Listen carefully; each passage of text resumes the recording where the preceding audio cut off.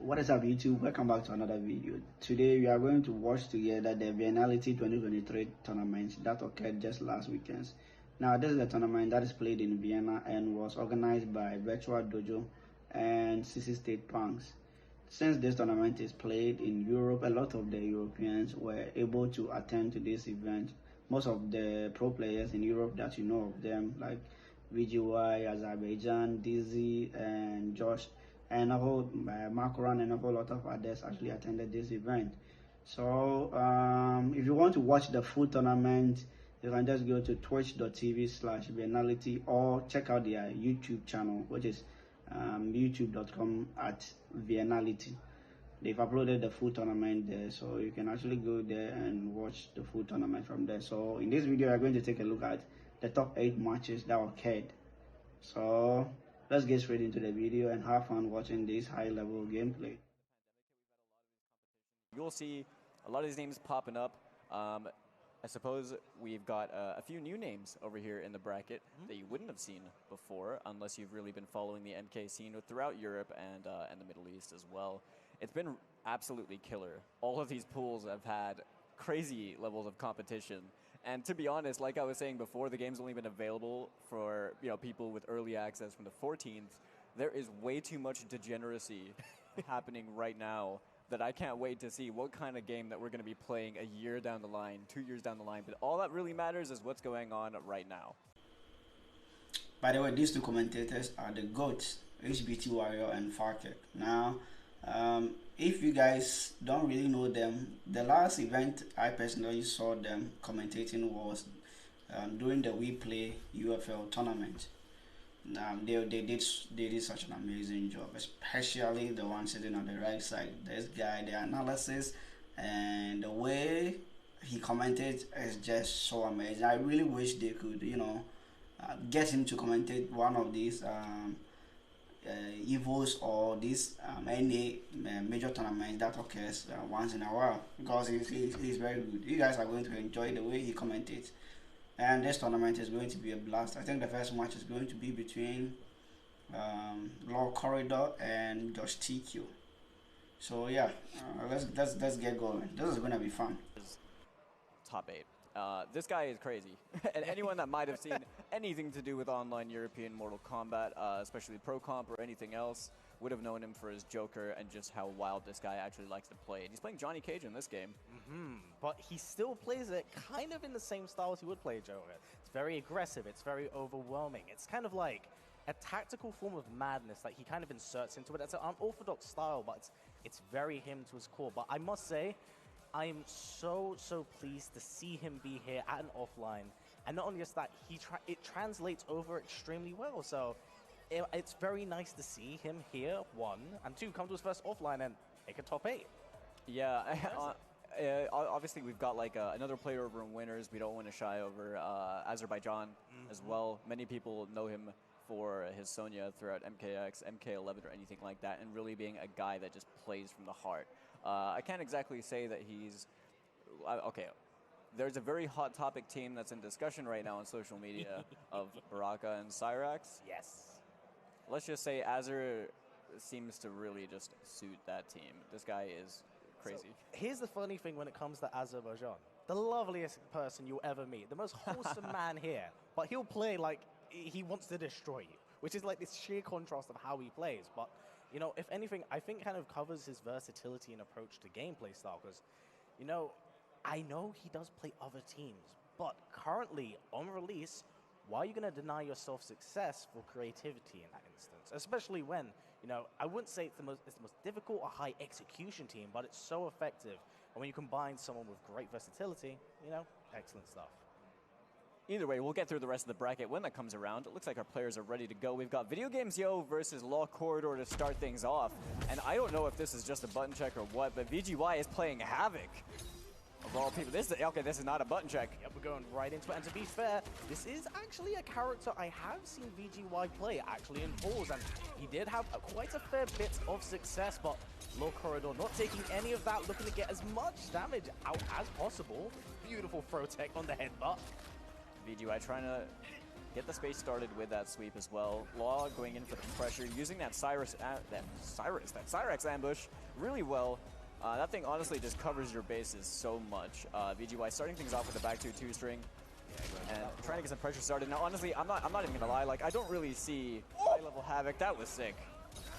Yeah, no, that was really, really clean. Definitely quite a big call out. So the thing is, when it comes to Havoc, I think VGY purposely takes him up in the instance that this is a character that no one, well, I say no one, not many people have experience against, because you kind of need to finish the base story of the game to unlock him. But because of that, like, the lack of matchup knowledge definitely does exist then. Now, maybe in the case of Law, you have to adapt from the fly, because this game is so new still. Catches the punish right there into the torso spin. VGY gonna take round number 1. And it's really funny you talked about matchup knowledge, because I feel like both of his characters being played at this sort of level, you just don't really see them often, right? Like Havoc and Shao Kahn. But I think that was quite the call out on Law, because that option does have a low and does have a tick throw. So maybe there is familiarity with him. Maybe he just needs to adjust. But we're seeing a lot of back 2-2s from VGY just to check him. I suppose the bonus as well is that because top 8 started, you know, late in the evening, players have had casual setups. They've been able to kind of explore things and figure things out a little bit more before hopping onto stage to actually start this top 8 off. Law going in with the pressure right now. He's going to catch a star power. Goes for the double nut punch, catches the hit, but doesn't get anything more out of that. Yeah, unfortunately. He's going to cash out too. Like, oh my god. Wait, still going to get the catch? Conversion to 17%, catches with the 4-3-2, I think that is. A lot of swinging on Law's part, but you can't deny it's a big life lead. I mean, take that, Cyrex. Yeah, a lot of big trades at the moment, but not leading to very big damage. Just very stagger heavy, chip away. The opponent, look at, oh, there it is! He held that into the... And I'm pretty certain you guys will get to see some of the players that have been playing in Rips Arena, because since Rips is from Europe and most of the participants in this tournament are actually Europeans, you get to see some of them attending this event. Like a player like LawKorridor has been playing in Rips Arena a whole lot. I don't know, the way Havoc gameplay is so amazing. Like, he looks like he's a slow character, but the way he plays his game is insane. Right now, everybody's playing Cyrex cameo right now, because that cameo is so broke. You can always guess it once you commit into a special, and he gives a lot of advantages. That is 4 hits of armor he gets. It's hard. Is it 4? It is 4 hits. It's something you can't afford to trade with, and if he does, it kind of like has a revenge mechanic to it. Revenge, like it is slow, and it's like you're either going to try and bleed this out if you already committed to it, or have fun being stunned for X amount of time. Yeah, and the thing is, it's a very interesting trade, because if he actually spends the meter on it, he puts you in a stun state that he can then combo you for, which typically then usually ends in the unblockable setup. So it's... Havoc can do some really, really nasty set play stuff if he gets the touch. Gets a back throw, gonna chuck him into it.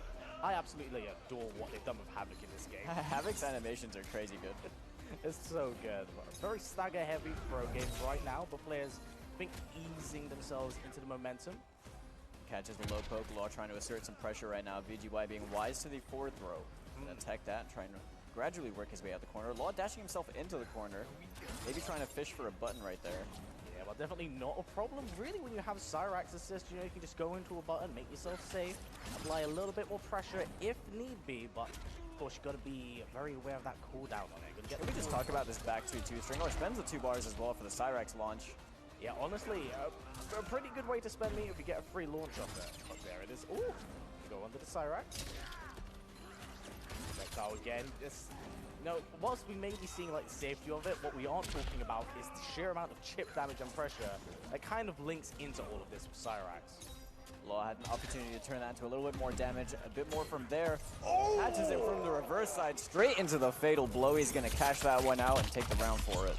That's really good stuff from Law, because he's been kind of, I don't know what it is, he's been doing these dashes only when at like, those critical moments, like when it's under 30. Yesterday when he did that to make his way into top 8 as well, I was shook. It is the most LawKorridor thing to do. It's like, I got to beat you, but I got to let you know it's your fault. I do like the fact he's willing to spend the bar just to not respect the projectile as well. Like, Havoc does kind of have he's got slow projectiles, but they almost force you to respect them to a degree.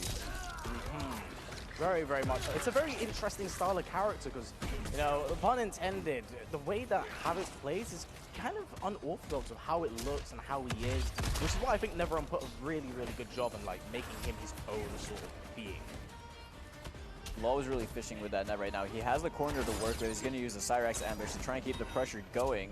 Really, VGY looking for a trade. Holding the parry, actually gets it off. He's going to find himself the launch as well. LawKorridor should be able to close this one out, I believe. Yep, there it is. Good stuff. Law going right into rematch once again. But intriguing to see how much both players are going to learn, because this is definitely an adjustment game phase, because, you know, these two very familiar with each other in a competitive sense. I believe they went 1-on-1 against each other back during the Pro League. It was between... Aren't they Pro Comp 1 and 2 as well? Yes, I do believe so. So a lot of experience, a lot of history, but of course, new game, new style, very different style of characters at the moment from both of these players. I like how VGY threw out the projectile spacing as well. Oh, catches the 1-1 punish into the chest burst as well. Gonna find it. EX torso spin. Knock him further away. Law retaliating back right now. Couldn't get anything more off of that conversion though. He does have Fatal Blow. We're looking at 624 health left on VGY side, but that down 4 gonna low profile the Shadow Kick and the Stand 1 to close things out. Very good stuff from VGY to go for that low, knowing probably full well that much health and, you know, the catch-up game definitely being there for Law. He needed to do something, but just going to get the star up right at the beginning of the round. He does have it active. We can see it confirm into it. We could see some really wacky combos. Oh, make himself safe off this. You do not want to deal with that. Oh, beautiful jump over. Yeah, Law really trying to find a hit right now, using the Cyrax for more pressure, staggering a lot. Both going for it. Power Hold that, yeah, keep holding that. Has to go for the breaker. Alright, this is very, very dangerous. Goes for the low. Gonna go for the big jumping. Gets the throw, full throw. And get the launch of it as well. Spends the meter, but fortunate whiff, but still has the corner to work with. Yeah, he got that combo drop. That was expensive as well for the little amount of damage that he got. He did lose star power for it. VGY's teched every single one of these forward throws in the corner.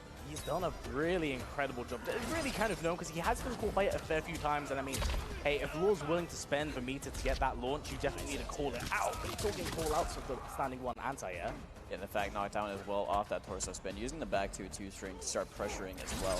That's a very interesting string. It's what, like 18 frames of startup, but it lunges you so far as well. Yeah, it is definitely quite something. It's definitely a brawler kind of string. Oh, did he break the armor over there? Yeah, gonna end it with the 2-4, get the push back off it. That is plus. He applied pressure, 5, 6, 5 seconds left. And his animation is so long as well. LawKorridor with only the tiniest sliver of life. UI gonna go up 1 game in this set right here. At 2-1, this is first to 3 throughout the top 8 anyway. Of course, this is on winner's side as well. So there is a second life, and Nivik, my man, showing off the swag right now in the crowd. Damn. But no, it's a very impressive showing from Havoc, because again, this is just a character that's really heavily underrepresented, I suppose, even on like... Dude, I can only think of like 2 or 3 people other than VGY that play Havoc. Yep, Wise, Beyond Toxin. Is LawKorridor checking something on his phone, or what is he doing? Okay, I think he's thinking about what to do against this Havoc character.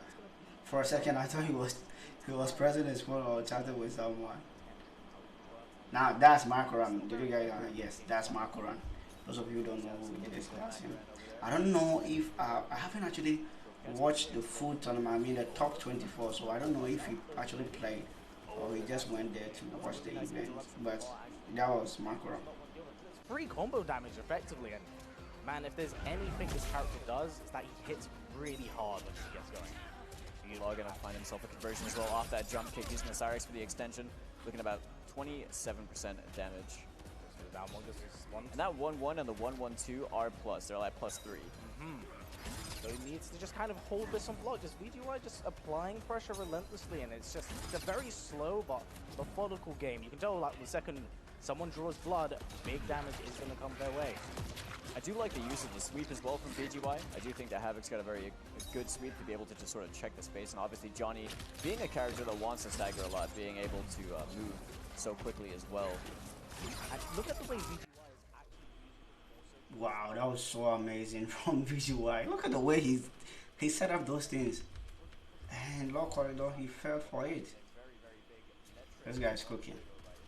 Has to be broken by VGY because that could have led into a lot of damage, but catches the jump kick. He's going to get the 2-on-2 extension. How much damage can he actually get off this? We're looking at about probably just under 40% right there. Yeah, I mean, it's still 40%, and goes for the low this time. Not going to fall for it. Yeah, VGY being really wise to that right now. Just like that forward throw, he's teched pretty much. I think the only escape fails he's got were on the back throws. Yeah, a few times. Obviously, going to get that tick throw. Going to have the corner to work with. Self-safe again with the Cyrax. Ooh! Scored by the end of it. Oh, really good net trade right there for LawKorridor once again. Yeah, he's actually getting quite a lot. There's 2 net trades we've seen so far. Yeah, Law getting a healthy amount of damage, and finally catches that 4th hit as well to stuff the armor. He gets the round for himself. Of course it would be a nut punch that steps the arm. Seeing that down 4 being used by VGY as well. That is a very good button. Catch another projectile. You know, it's only up until now where I've actually kind of considered and look at the range of how he attacks. A lot of it's forward advancing. When he throws out the blood balls, right? It's like this area you kind of got to step into that's kind of uncomfortable. Yeah, we're looking at VGY just looking to control a lot of space. Yeah, he's just playing it very small, very simple. Doesn't want to overextend, keep it easy. Oh, big jump break. Didn't have any faith in that neutral jump right there. Chose to back off, plus frames into the down 1 check. There's a sweep trade as well. Law jumping his way in, trying to find something. Cyrax for more pressure, getting a lot of staggers going, as well as slowly, gradually pushing VGY towards that corner as well, but he's fighting back. Oh my goodness. Whoa, so active, catches him at the ends of the frames of the chopper. And one more touch, that's all it's going to take, and there it is. Big jump 3. VGY going to close out the game. He's going to be dropping LawKorridor down into the losers bracket. You see. Yeah, and that's JoshTQ, VGY's brother. They both attended this event, and they are both in the top 8. Yeah, I think Josh is in losers bracket or something, whilst VGY is in the upper bracket or the winners bracket. 2 victims of Tarkar, and something I must say I'm very, very excited to see, because, you know, Dizzy outside of the fighting game hemisphere has kind of stepped away from it, of course, gone into the shooter side of things. But what's most intriguing, he's kind of retained that competitive edge. If anything, what he had honed previously from fighting games has been tuned in a different way from his experience in shooters. And now he's come back really fresh and with a completely different mindset that I dare say is way better than what I've ever seen him play previously.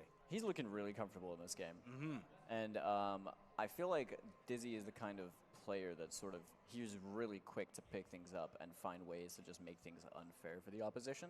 So in a game like this, where you're using these and yeah, Dizzy versus Azerbaijan right now, these 2 players have history. I remember back when they were both in the We Play UFL event. That was like 2 years ago. Now that event was done in a group stage format whereby Azerbaijan needed Dizzy to win a game against, I think against Hayate, before he would be able to qualify into the top 16 matches. He had done all the best he could to actually get inside the top 16, but the points were so close that he had to wait and see the results that would happen in Dizzy's last match. Yeah, and luckily for him, Dizzy was able to win his match, and he made Azerbaijan to qualify into the top 16, and Dizzy actually wasn't able to make it into the top 16. And with that as well, Azerbaijan was able to make it into, I think, top 3 or top 4. So we played 2021 was a very, very, very good tournament. One of the best tournaments I've ever seen, and it was so entertaining to watch. So I'm really, really much excited and wondering how this match is going to turn out. Those are overheads. I think the full combo punishes. That's some pretty terrifying stuff, honestly. Both these characters hit so hard. I believe both players currently going for a button check right now. There we go. We're going to get our first once. Check the assists. And Melina's a very interesting character. The funny thing is, this is really like a, if you get touched, you are gonna die. Oh, 1,000,000%. Like, both these characters hit so hard. And, you know, Baraka getting certain extensions off of the Cyrax as well. I mean, not to mention just how safe he can make himself with all of his pressure anyway. The extensions that we're getting for his damage output are crazy. And now Dizzy's been exploring using Kung Lao as the cameo for pretty much for that low hat. Yeah, I ain't gonna lie. I've seen some stuff with this Kung Lao and the overhead low mix-up. I played against it earlier. It's disgusting. It is. My man is willing to mix you up and then apply 50% damage, but talking of big damage, Azerbaijan going right in for blood with the 2-1 into the launch flat, into the Cyrax. Are we still starting this over 50 damage? Well, nearly. I mean, you said 50%, you pretty much got it, right? Yeah, it might as well. But beautiful checks on the range, but last back at it. Yep, goes for the low, looking for combo. Oh, the neutral duck. Now, we need to talk about something. Since Azur played shorter yesterday, this man got grabbed so many times that I'm convinced from this point onwards, do not grab this man. He will micro-duck you every time. Oh, beautiful. Does not quite get the conversion of the again, that doesn't normally happen, right? I don't believe so, because I don't know enough about this game. I'm still learning. Quite interesting, because obviously during this week there has also been JoshTQ, and I know that Infinity had played against Baraka. Apparently, there's some bits of Baraka that low telegraph under what was in their hands. So, it'll be interesting to see how that comes into motion here, but Azerbaijan getting the catch has to cause a break here. Dizzy having to use that break makes his teleport safe with that low hat as well. But Azur right now is able to cash out on so much damage, and this should be the game right here. Yep. Very convincing, very quick game, I must say. Very, very strong showing from Azerbaijan. And I know that these two actually played a little bit yesterday, and it was Dizzy that did have the advantage in those catch falls. So you can imagine a lot of that information has passed over practically. It's pretty wild though. I mean, honestly, I've never seen Molina's like the last hit of 1-2 whiff that many times. I do wonder if it's a Baraka specific thing. It could very well be, but is he going to go for the big damage right out of the gate? No, instead going to go for the setup. So the low overhead, I do believe, is very tricky. But there's the low in that string, man. Yeah, the thing that doesn't look like a low, but it's a mid-low. The fake overhead, as we call it. Going to go for +2. The low again, another +2. The recharge on Lao's low hat is absolutely... He's already got it back. Yep, everything's full on his cameo bar. Yep. Gonna hold that one, goes for the teleport as well, whips the grab, and he's gonna eat so much damage over here without the breaker available for him, and gets himself put into the corner. Yes, eats so much damage with the corner to work with. Jeez, man. 510 damage? Back 3-1. The unblockable string, I am convinced. And now we're going into our second round of the second game. Catches the back 3-1. That was a very big drop right there for Azur, but he's going to find another hit. That back 3 is getting him so much mileage in this match. He's going to go for the chopper, capitalize, maximize the damage, and still have the corner to work with. My goodness, man. The damage is just absurd. Everything hurts. Everything hurts. But Gunner needs to draw blood here right now. But Dizzy instead chooses to go for setup into low overhead. Using those plus frames to his advantage. Does have the corner to work with, but got a little bit of work to do, but does have Fatal Blow on deck. Dizzy's trying to play. Okay, that's what, 3 for 3? That's his whipping. Oh, they're catching the low hat, but again, Dizzy has to put in the work to really make things happen here right now. Yeah, here's the thing. Azur's spacing things perfectly out, and he's kind of having Dizzy come to him for the life advantage. Because he knows at any point if Dizzy overextends, backstep, 2-1, big launch, big damage every time. Yeah, and I'm wondering what Dizzy's going to be doing over here. He has the option of, you know, potentially switching cameos. Could be looking. I don't feel like he's going to be changing the character. Now he's going to continue sticking it out with the Lao as well. Yep, maybe he's just trying to adjust to this style of Azerbaijan. Of course, again, the game's still relatively new.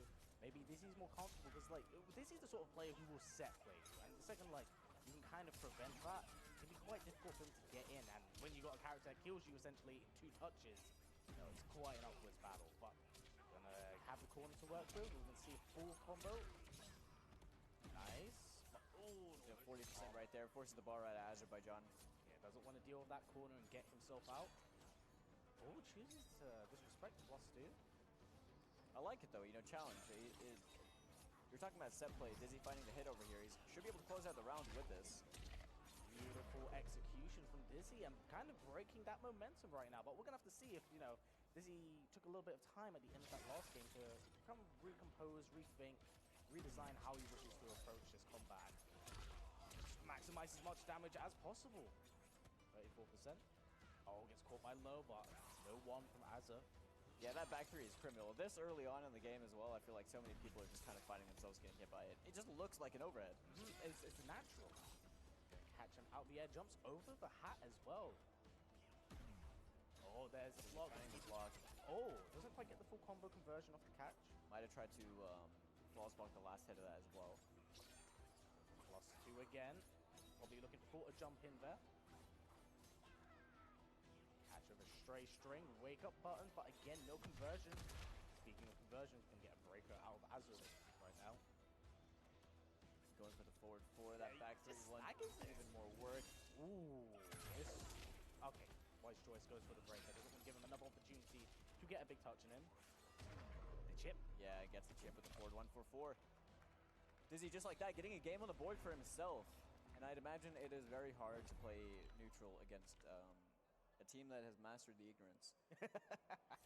Well, it's hard to deny the sheer amount of damage and offense that this character can put out. But Azerbaijan, he's just playing this matchup really, really well. But does he keep himself safe? So that's something he tends to do. He'll throw out the hat, go for the teleport, let go of the hat, so it does keep himself safe. And it is quite favorable in a lot of trades here.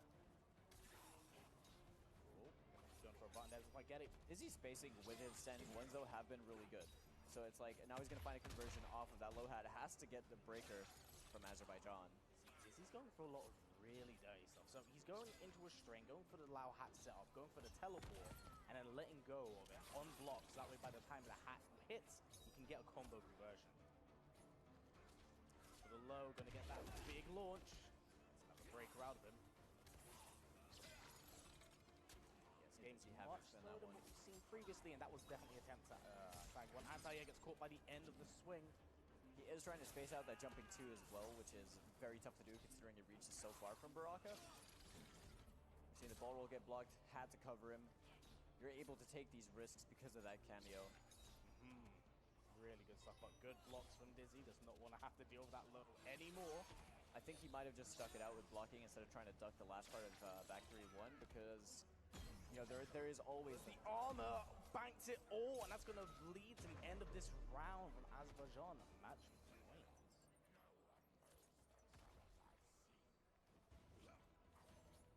Dizzy definitely, he's got a lot of work to do, but as we've seen, he kind of broke the momentum in the last game. It's whether or not he's able to maintain said momentum, kind of enforce those plus frames. And Azerbaijan definitely challenging quite a bit, and that back 3-1 is doing everything right now. It is just working so consistently. Doesn't get the chopper extension from the ambush on Cyrax. Is he going to go for the forward 4? That thing is so hard to block. Getting so much mileage out of it.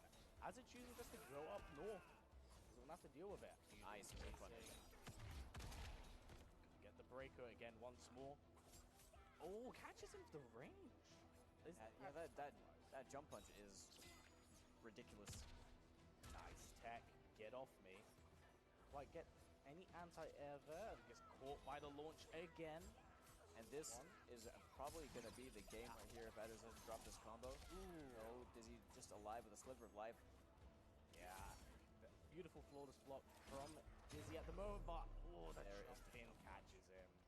Excellent stuff from Azerbaijan, sending Dizzy to lose the side and doing really, really good work. I know Dizzy was VGY shaking his head as well in the crowd. He's like, man, I don't want to play against this. Yeah, I mean, let's face it. He can nod his head side to side as much as he wants. He's going to get hit with the back three at some point. It's no choice. It's no choice. It's just one of those buttons. Oh, yeah. It's one of those buttons. Again, the game's so early on, right? Where we're seeing people complain about the smokes of the low and the overhead and the visibility and the teleport. There's a lot of things we can talk about with this game, but I mean... But the thing is, that's kind of the beauty of this tournament in particular. It's so early on. We're seeing things, you know, that may not be entirely real. People kind of learning on the fly. So, you know, this is the really good experimental part of the game. And now we have got a really interesting match on our hands, don't we? We've got H-Dope and we got Fishlikesteve. Yes, and of course, you know, I do have to shout out my boy H-Dope as well as the other players from Greece. Of course, they have Clash of the Arenas coming up in a week or so time. And things are looking really good because H-Dope, I believe, also just won Street Fighter. He did. Yeah. So there's something about the twin effect that goes on. Oh yeah, in Mortal if you Kombat have a brother, especially. you are genetically better at fighting. It's we have so many pairs of twins in the NRS scene alone, but these guys came over here, entered multiple games, and I'm pretty sure they got H-Dope got top 8 in 3, in MK, in Tekken, and in Street Fighter. And Street Fighter, he ended up winning. Yeah, joke's on me. I can't even make one of those. Man walking around with 3. Bro, I felt you. That one hurt. Well, I'm very excited for this matchup as well because H-Dope be rocking a character that not many of us see too often in the form of Tanya. Well, same thing with Steve, if I'm not mistaken. Forgive me because I'm not too familiar with him.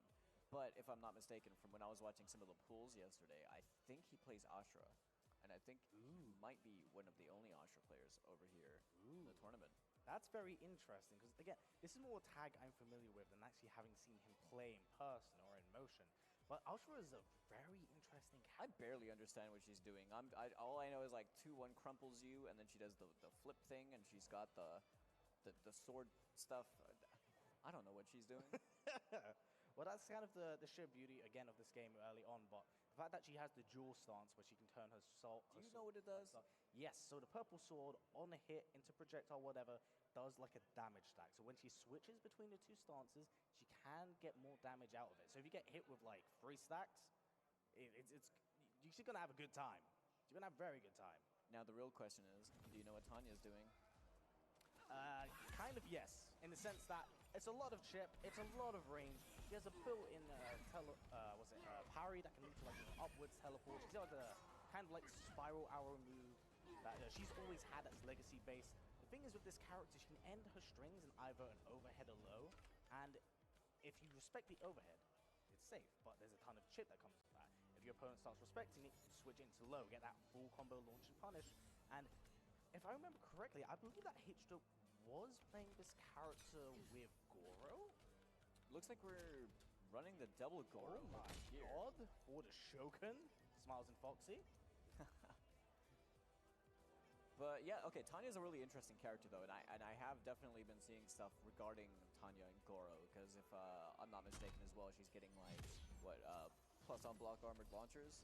You can also get a, of course, because this is Mortal Kombat 1, she can also call out Goro at the end of her back throw as well.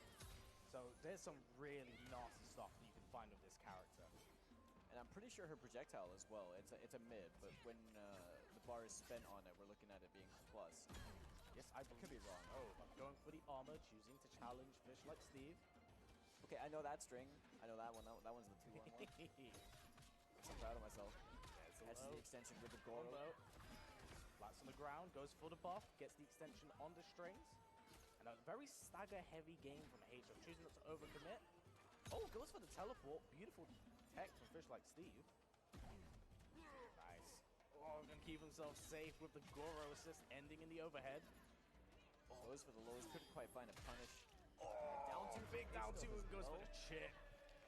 What do we call that move? The ballerina? What is that? Tilt-a-well. I'm gonna get tilted trying to say that all the time. But yeah, but here's the interesting thing now, like how does Steve respond? Because that last game was mostly a lot of H-Dope and a very kind of like a heavy phase of him establishing his game plan right out the gate. And I mean, even so, okay, adaptations are being made. Passive callouts unknown. Steve going for the hit confirm on the poke, trying to find the hit over here. That forward 2 is a very oppressive mid from Tanya. Yes, very good. Hits out into the flip, into the Goro, with the armor being well placed right there from H-Dope. Finds the extension into the buff. He's going to spend a bar on it.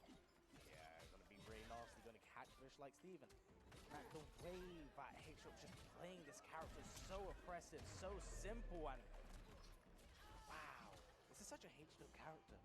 You actually get some I can see conversion routes from Goro, don't you? Yeah, it's really insane because he kind of covers any of the unsafe stuff, and I think in some instances can make up like way more plus. So he can keep enforcing that game, and of course the overhead low, kind of hold that, allows her to travel halfway across the screen with the flurry of kicks or the tilt-a-well, depending on what makes you most upset. And, you know, it's just a really, really interesting character. He's really trying to get his offense going, but it feels like a lot of the time he is being disrespected with that armor. And Rightfully so, I suppose. Found himself a little bit of a conversion right there, but HW with the spinning low catches that, sets up the buff as well. We're seeing the armor, I think that's the Banshee dash, I guess I could call it, from Ashra. Oh, gonna get the stagger. Not quite a full combo conversion off it. That might have been a bit of a rough drop, given the kind of situation that Steve has found himself in. He has the Fatal Blow to work with. You can see Goro start to make things safe. This is one of the craziest parts of this game, man. The fact that they can just roll out specials and strings, keep yourself safe. I think HO might just be looking for a chip out situation, and there it is. That move actually does seem like it's really good for the chip situations. It is, not even for the hit, just for the chip itself. Because again, Goro just makes it really safe, doesn't he? You can be a little bit careless with this character, honestly. It's more of a patient person's character, too. Both can Phoenix shove her out. Of course, both these characters with exceptional range. And Fishlikesteve getting caught that overhead. Patience being shown by HO, getting a full combo conversion. Splat to the ground, gonna go for the buff. 28% into the buff. I think that was a punish opportunity right there from Steve. Couldn't quite find it. Has to come off the breaker right there just to alleviate a lot of that damage with the forward 2-1-1. Being caught by HO, he's going to cash out, and a lot of this damage right here. Gets the relaunch with the spin. Not over quite yet, but looking for that chip again. And really just HO just running a bit of a suffocating gauntlet on Steve right now. You know, it's a very impressive, and there's the Greek players, of course, cheering for their boy. Understandably so. But yeah, look, this looks oppressive though, Callum. It is very impressive. Tanya genuinely feels like one of those characters that can really kind of crush your demeanor if you go into it not knowing what she can do with her options, especially this early on the game. I'd say she's a character that isn't really currently explored. I know Sonic, they dabbled with the character, but up to what extent? Dragon plays Tanya as well, right? I believe so. And then we've got another Tanya in top 8 anyway. But we'll cross that bridge when we get to it. Yes. Steve right now, I think generally has been picking good spaces on the screen to try and play this. A lot of this has been kind of just the amount of pressure that HO's been able to get started. I think that also comes from the amount of mileage he's just been getting out of Goro. Again, just some of these strings he gets to throw out there, and if they clip, full combo punish. If they don't clip, it's chip or a combo conversion of Goro. That was a nice catch right there from Steve, though. Drops the ender. Unfortunate, but yeah, time to get some damage put on the board right now. Beautiful conversion. Gonna get the corner to work with. Ashra combos look so cool. They are so superb. NetherRealm did such an excellent job of bringing back this 3D character in particular. Oh my goodness, it's an up block. I really like that. That was tasty defense right there from Fishlikesteve. Catching around the board for themselves. They're looking like they are starting to feel a lot more comfortable in the neutral situation. Brilliant duck right there into the 4-2. I love how comfortable Steve seems now in this matchup. All it took was him going back to the character select, maybe taking a few seconds for himself, but man, he does get clipped, and again, HW looking to take advantage of that situation. That chip, man, it does so much. Went for the up block. Couldn't quite catch that. Didn't something get started. Goro did actually find the hit over there, but wasn't low enough to the ground to actually get the conversion off of that. Unfortunate right now, but very interesting that this is going to be seen as a kind of an exhibition of Goro. We don't really see too many Goros, honestly, online. Get the low. Have to hold this again, maybe look for chip situation, but Fishlikesteve ready to draw blood with the fatal blow, but drops it! Unfortunately, doesn't get the full combo punish. Oh, just armors through it instead. And you know what's wild as well about this is because of how much Tanya's moves are being blocked as well, the amount of bar that's being built is insane. Oh, I like that. Using the back cameo as well for the throw, but gets another drop. Very not quite the best.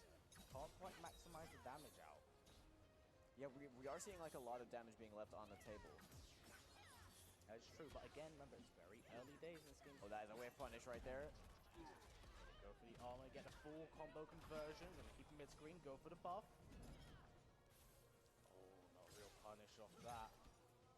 I don't know if getting that buff actually makes her safe now I think about it. But You know, I've genuinely got no idea, but actually finds the overhead from there. Couldn't get any more damage out of that, unfortunately for them. oh, takes a few extra seconds, plays off beat, has quite a lot to work with right now, but Steve play a little bit. I mean, H-Dope sitting on full bar right now. Goro is still recharging. There it is. 4-2 is going to catch. Excellent range. That Comes back. was really good understanding of the max range of that button right there. Very, very much so. I know that many people have also been extremely excited for the return of Ashra. With her toolkit right now, what she's capable of. We're seeing that projectile being ducked and dealt with. Oh, that was disgusting! Catch to get the full combo conversion to work with, and a completely different play from Steve. It's like he took the first 2 games just kind of understand the opponent, got a big chunky down too, but Steve bringing things back. Now that was a dominant round right there, and this is what I kind of want to see, is when the Astro Ball starts getting rolling, is seeing how much this character is actually able to steamroll some people. Because obviously, currently right now, with many people kind of seeing this character and potential she wields, arguably say she's one of the strongest characters in the game. So hopefully, you know, we're definitely seeing glimmers of that right now, but Steve has got quite a considerable amount of work put in. And unfortunately, these execution errors, I feel like what is going to be the real situation here. All right, gets the back tech.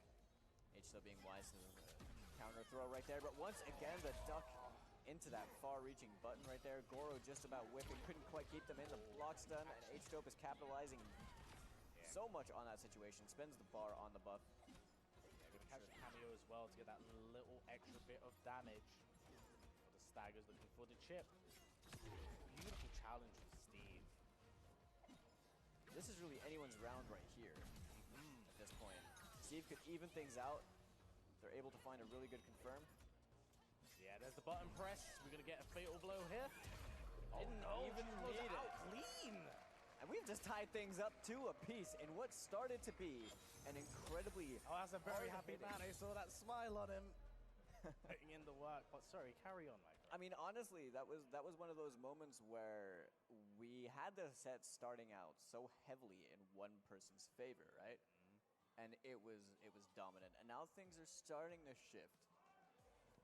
It is Even things out. I mean, we're down, and this is a loser's bracket side as well. This is going to be the game that truly matters above all else right here in order to progress through the bracket. It is a massive do or die situation in that instance. So I don't blame, you know, H-Dub having his brother K-Top, of course, coming up, just giving him a little bit of a coach.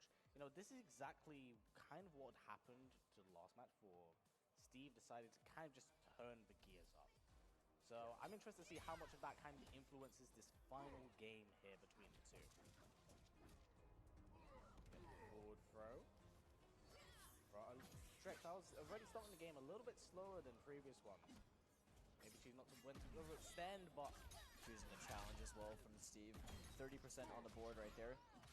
oh, getting the armored conversion is insane. Just gonna get that damage buff into the teleport. That's going to be a higher damage throw as well because there was a throw punish on the up block. Yep. Yeah, 17%. Oh my! Oh, that was a big opportunity right there for Steve. Didn't take it. Another throw right now. 7%. Gonna go for the beat. Oh, that was cheeky. Conversion, but I didn't even know that was a thing. and match point. H-Dope right now. Hear the Greek boys in the background rooting for him. Again, it starts off very, very slow. And this is the beauty of it. They're waiting to see who overextends just by a little bit. And I think Steve just has that edge a little bit more in his strength, but H-Dope kind of just getting in his face to shut him down. That's the buff again. Right there. That is so cheap. Oh, just getting caught by stray strings. Unfortunately, these lead to so much. Oh my, wait, what? Clips right through it. I don't understand that. Honestly, at this point, it just kind of looks like H-Drop might be content with just looking as a chip out here. Yep, get away. Don't want to deal with you. For the projectile game, very simple. Don't need to overextend. At this point, it is all H-Drop's game. He needs to work his way into a real damage. Oh, but get caught in a full combo conversion. Is this it? No, this is going to be chip, however, and there it is. H-Dope still keeping things in it, but Steve putting on some fantastic games, honestly, once he got the momentum going. K-Top over the moon that his brother won right there, but honestly, props to Fishlikesteve. I think being the only Ashra representation, I don't think I saw anyone else in any of the pools actually playing this character. And honestly doing a really, really good job. Yeah, no, because here was the problem with Steve in that instance. Like, when those first 2 games, I don't know if it was nerves, I don't know if it was discomfort, but he kind of struggled to get things going. But when he did, he kind of played him in one of those games. These are brutal matches that we have. Oh yeah, no, this this stuff. is gonna be grueling. I mean, they've all been kind of crazy anyway, but like, H-Dope versus Dizzy is going to be a really interesting one. I know Dizzy does have a lot of experience fighting against Tanya anyway, and then the winner of Josh and Hamu as well is going to be facing against LawKorridor. Yes, of course. Hamu now under the tag of Sobadsohi, and JoshTQ, kind of someone who I'm very proud to see. Of course, at his second offline, making top 8, kind of cementing his name as being something more than just an online player. Kind of like a similar situation to Law in that instance. And it's good to see him here, and it's good to see him play well, especially with a character that, you know, many do have a problem with. Many say he's good, many say he's bad. It's kind of that early phase of the game. Yeah, it's going to be another little rodeo that we've got in our hands as well, because we're going to see Tanya once again. But the thing is, I know that Josh has been mingling around with another character. I won't say until he's locked it in on the screen, but I know he has a pocket character that he might want to bring out. I'm pretty excited to see what happens anyway. Watching some of the pools matches that were happening earlier in the day, Josh was playing insane. Oh, my man was cooking. He was cooking. So I'm very excited to see what he's able to kind of pull out of his hat here. And, you know, Hamo's been playing really solid this week as well, might I add. He's been playing really, really well. Yeah, and that's just the thing, right, is that because of the level of competition that we've had over here, it's pretty much been a bloodbath from the beginning. Oh, yeah, no. I mean, there's players over here that haven't even made the top 8, which is kind of wild to think about. You know, there's no Makoran over here in top 8 either. Yes, which was very, very surprising. Also, shout out to Makoran for making a lot of this potter when it comes to us on commentary. We do love you, brother. And I'm very excited to just see how this all works out in motion. But, oh, okay, he's looking for the Smoke Sector, which is a very formidable team, looking for that Oki 50-50 setup. Yeah, I played Josh quite a lot yesterday when he was I played against the Smoke, and the pace that he likes to play at is very fast. Yes. He likes to really, I don't know how to explain it. It's overwhelming. He opens space and closes space at such a rapid pace that Smoke just feels like a character that really allows him to play to his strengths in that way. He likes to control the tempo of the match. So we are going to see that tried and tested team starting things off over here with the Smoke in the sector. Well, really, Sector really kind of enforces that 50-50 smoke game that we see so much from him. What a sick intro. Oh, he's doing those knife emotes. Oh, gonna come out the air. Go for the low. Very poke heavy game. Gonna get the forward throw right now. Push him away. Get off me. I'm curious to know if there are other cameos. You know, Tanya players, if you could please educate me on this. If there are other cameos that, you know, work really well, or if Goro is pretty much like, you know, the go-to for how much reward you actually get from him. But Josh finding the first early confirm, gets the cancel over there, challenged immediately. Yeah, there was that spacing you were talking about earlier. Just likes to move out, move back in. Gonna go for the back two, get the clip out of the sky, and gonna get a full combo conversion from this. Maybe was looking for a double cancel, but still gonna capitalize on that damage. 50% locked in on the board. We are looking at about 16%, but honestly, look at the meter that we have for Tanya right here, and the fatal blow on deck. Yeah, gotta be careful as well. Josh taking his time a little bit, but the thing is, like, whilst, you know, Tanya is kind of oppressive in her strings, he needs to get that game plan going, and oh, right the end of it, that scaled so much! That went from rocket to... I think Josh did the down two, thinking it would just kill. Yeah, 100%. Right? That scaled down to 9%. That was less than just a roll down two. But, oh, looking for those crispy cancels right now. Goes for the back two, going into the cancel. Down one check, goes to the low. Another throw. Gonna get that set up on as well. I mean, just relentless at going for that wake up. Oh, doesn't get quite the full clip catch. Yeah, definitely has forced the break out there. Oh, the maximum range of Tanya. Silly range, goes for a big down two. Can't get combo conversion off that, but we're gonna get the throw again. We're gonna get a sector set up. Yes, we are. Here's the trade, couldn't quite get the conversion off it. Brilliant, flawless block from Sobadsohi, catches the forward 2 into the back throw as well as Yoki to work with. Has Fatal Blow on deck. I think that's standing 3. I think. I could be wrong about that Very well, but there it is. Of course, we saw that a little bit earlier off H-Dope, but just going to go for the string, maybe look for the chip out. But again, just doesn't want to deal with any of that. There's going to be information for Josh going in, moving forward, looking for the low. Goes for the down one. Counter poke right there. Out of it. Josh looking, oh, we're definitely going to settle on our hands between these two, I can tell. Down one check goes for the low.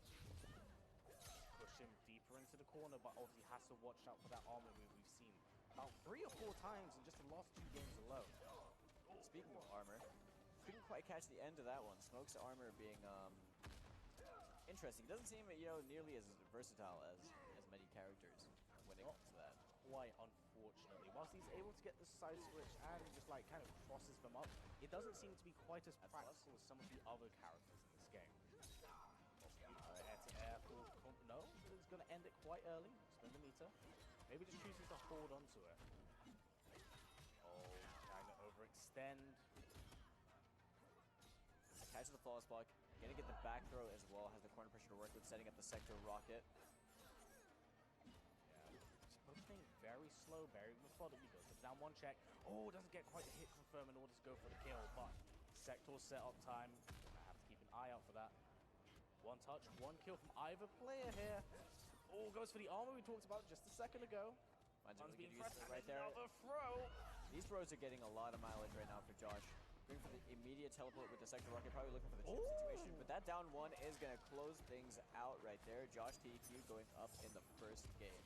Yeah, playing very well, and I do believe I see an Azerbaijan coming up on stage. He didn't just come up on stage, that man sprinted up on stage. That guy foresaw the next 5 seconds, he was ready to make a move. Because that was a very close and tight match. Of course, you know, formerly known as Hummel, did really, really well in that first game, kind of very impressive, but I'd imagine that after seeing this many armored wake-ups from him, that must be like data for Josh, because if there's anything this young man's very good at, is kind of seeing like player habits and then really thinking that. Adapting to those very quickly, right? I mean, both him and VGY just have that property to how they like to play. Invisibility started out. Oh, didn't quite get it. Another throw tech going on. Both just choosing to hold that string, not wanting to challenge it at every single point in time, but getting another throw. So, notice how now that was the escape failed. Josh is getting so much mileage out of the back throw that I believe that Azerbaijan, this is like, he's going to go for the back throw time. He's going to go for the sector assist. You're going to have to hold what comes next. There is actually he's mixing it up again. There is so much mileage coming out of the strike throw game that Josh is enforcing. The Goro throw not going to work out. Get off me. Throw tech from Josh right there. I don't even know what that was. I believe that was a back 2-3, and oh, we're gonna have to hold this chip. Josh bringing things back, looking a little bit more comfortable. I feel like this is really going back to what we were talking about right before the match started. That Josh just wants to control the tempo of the match. He's able to slow things down at his pace. He's able to speed things up when he likes. But we are going to see a conversion right here from Sobadsohi again. I think it started. We're looking at about 30% into that little roll. Yeah, again. It's a little bit of a poke-heavy game, just waiting for someone to overextend. But Sobadsohi, definitely looking to the range advantage of Tanya. They're wanting to overextend if need be, because once you get in Smoke's face, you're going to hold a lot of this pressure. Getting the pressure, no sector rocket that came down, was that one. For the low end of that string. It catches the poke straight into the tilted roll, as you call it. Josh has been on point detecting these throws as well. The air projectile going to catch. Josh looking at a very, very small amount of life right now. Trying to find a hit. Yeah, going to go for the sector setup once again. Using the homing rocket. He doesn't have any sector available. Doesn't get any more off of that conversion. Definitely a little bit, I think he may have been a little bit flustered by the end of that. Maybe didn't expect that to land. Because here's the thing. With Josh under that much help, that was chip territory regardless. And I think he was aware of that. So he had to keep his eyes a little bit open to those options. That was too far spent. Oh, excellent duck. And time for the swag. Oh, there it is. Hold that. Oh, and gets a nice little reset using that sector homing rocket, spending the entire cameo bar just for that one move. But it does come in handy for reasons just like that. Flawless block to mitigate a lot of that chip damage. And now Sector is back in play right now, but ooh, down for, we're going to get a full combo conversion off that. It's crazy. This character's got some real crazy stuff you can reinforce. So down one, double down one, goes for the sweep. End it in the overhead. Starting the Guess invisibility. what is it? Yep, low overhead. Get that breaker, get off me. Then go back in play once more. Comes forward. Down one checks, that is one. Back three into the cancel. Very patient. Oh, good reactions from Josh. This is kind of a nerve-wracking situation. This is one round apiece right now, and it really is. The next hit will kill, and Josh there it is! find that no break available. Fatal blow. We're gonna cash it out and Doesn't even want. I don't want understandable. Not even going to entertain the possibility of that maybe not working. And straight away for the rematch. Yep, currently 2 off the JoshTQ, but so bad, so high. Definitely holding up very, very strong against him, but can't quite get the end of it, I would say. Oh, time to guess. Invis with a sector rocket. It doesn't matter when the spin comes into play. Well, so Josh gets the opening in. Gonna get the full combo conversion right now. Oh, the flame restand. Like it, enforcing a lot of this pressure. Escape failed on that forward throw. Josh still has the corner to work with. Plus, I don't actually know if the flawless block on the. I think it's forward 4. I don't know if the flawless block changes the frame data on it because I know it's +8. It is all highs, but it's +8. I do believe so. I think you might be correct in that instance because of that. But what patience is going on? Gets another cancel. Gonna get another throw. Go for the rocket setup again. Oh, just keeps it simple. Keeps it very simple. Josh now on match point right here. So bad, so high. Gonna have to pull out a bag of tricks. Start making this comeback more of a possibility. We have been seeing a lot of good opportunities for them. Tanya with 3 bars feels like the norm that we've been seeing right now. I don't blame you. It's just the sheer safety and damage that comes off it as well. Now, whilst you do lose a tiny bit of health from having Goro assist, it just seems so good if you can put you in instances where she's +4 safe. That was a nice tag on the back throw right there. Gonna catch a throw counter for themselves. Keep Josh in this corner. Goro making sure of that. Yeah, Josh definitely has a lot of work to put in order to bring things back. But again, we have a character like Smoke, just like a 50-50 monster. You gotta be careful, but yeah, beautiful stuff from So Bad, So High, and I believe you can push him back in the corner to close this game. Still in the fight. Why was that animation so sick? Oh, gonna caught a stray rocket. Stuck in a little bit too much hit stun right there to actually get anything to convert off of that trade. Get pushed further into the corner. Oh, jump free, gonna get a conversion off it. Just for the low. Just moving back and forward again. Doesn't quite get anything off it, but the rocket trade definitely in Rush's favor, not wanting to take any big damage. Big down 2. Oh, gonna go. Did he spend the bar? He did. He did the thing. He did the combo trial thing. That is the first time I think I have seen that post-release. I cannot lie. Big duck. I'm pretty sure that button is a standing 3 from Tanya, but regardless of what it is, we're going to see a big conversion right here for So Bad, So High. Repositions towards the corner. Josh now going to have to fight his way out of it. Wake up down 1. Yeah, very comfortable chip damage of his own right now. Oh, that is so sick. Yeah, definitely break that. You do not want to hit with the rest of that damage. Smoke is one of those characters you can just absolutely murder you in a single hit, and that's closing game from JoshTQ. Very clean play right there. Going to eliminate So Bad, So High, but traveling all the way over here to Austria to make that top 8. This is going to be the end of their run, and Josh is going to be advancing on to play against LawKorridor in the next match. But even so, you know, round of applause for So Bad, So High for coming in and doing a fantastic job of showing off some more Tanya, and of course Josh himself. Clearly very happy that he managed to go forward, because I knew he originally was talking to me about going in with a completely different character for this matchup. Oh, really? Yeah, I won't say. I'm keeping it on the nose, just in case he Spoilers. does. Spoilers. Yeah, can't talk about that one. But he knows all the lore. I know nothing. I didn't even know about this. But yes, no, thank you again for tuning in to VIENNALITY. It is great to be back after so long. And I'm very excited for some of these future matches coming up. Well, the next players are getting set up anyway. Honestly, we just want to talk a little bit about VIENNALITY. I know there's been a few events over the years as well throughout Mortal Kombat X and Justice 2, and now this is the first for Mortal Kombat 1. And being so close to the release anyway, it's honestly just astounding that the team could actually get this all set up. They've done nothing but just make it happen. Yeah, no, it's been a really fun event to be at. This is my first time over here which is very long overdue. And obviously, like, shout outs to Storm and the Hodgka and the rest of the team as well for being able to put this on for us and having Mortal Kombat be that main event. Yes, especially in like how they've timed it extremely well for the release of Mortal Kombat 1.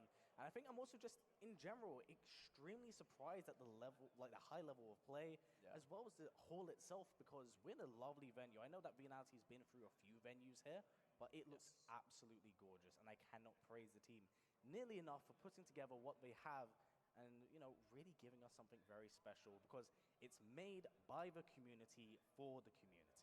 We get a little 5K pop bonus as well to kick things off, right? Just a little 5K, you know, But this is going to be an interesting match. Like we were talking about before as well, if you've only just started tuning in right now, we are doing the top 8 for VIENNALITY for Mortal Kombat 1, first European major that we have in our hands offline. And yeah, we were saying that, so Dizzy plays a lot. He likes to play a lot against the American players as well. Now, I know Dizzy has experience fighting against Tanya. I don't know what it's like on the flip side. I don't know how much H-Dope has actually played against Melina, let alone... But to be honest, H-Dope and K-Top are both lab monsters. They are prolific in the scene as a whole. It is incredible. Looks like we can jump right into things. That low hat, going to get the backwards throw as well. But yes, no, I believe familiarity may be a really, really big factor in this matchup between the two. How much does he know? The fact you can just get away with ball roll like that. I know, it's criminal. It's like, this is the stuff that gives people nightmares in many instances. What do you mean ball roll safe? This is the era Liu Kang started. That's going to go for the +2. A lot of respect being shown by H-Dope. Definitely familiar with a lot of the tactics. We're going to go for the breaker. And H-Dope has had a lot of consistency in terms of conversions throughout the last set that we've seen him play as well. Let's see how much of that he's able to establish in this one. The low hat is going to connect. He's going to find the confirm off the forward 144. Has to get broken right there from H-Dope. Sets up the buff though. Finds the 4-2-1-1 into the Goro, and this could be the round. Yeah, full combo conversion. Going to close it out and push to the corner as well. Great stuff from H-Dope. You know, looking really strong right now. I love how loud the Greek players get every time he finds a hit. you hear the A chants in the crowd. Gotta cheer for the homeboy. You know how it is. So gonna check. Doesn't gonna go for the full combo conversion. Instead, just gonna end the string. Gonna go for the overhead. Nice full combo conversion. Gonna get out the Goro into the slam. Go for the buff this time. Get range advantage. Because he has to be careful. It's a stray string, but it does land. Nice +2. Taking a back step. Knowing that now, when I was playing against Dizzy earlier, you were saying that the forward 144 into the low hat, like when you cancel. On the first hit into the low hat, that is a true block string as well, so it is a +2 you have to hold. Interesting stuff. I love how Dizzy just finds all of his techniques just a lab monster in his own right. Doesn't quite get the hit confirm off the low toss. Just to back things off, the one to overextend. Maybe just wanting to challenge that range that Tanya has, just to throw things out.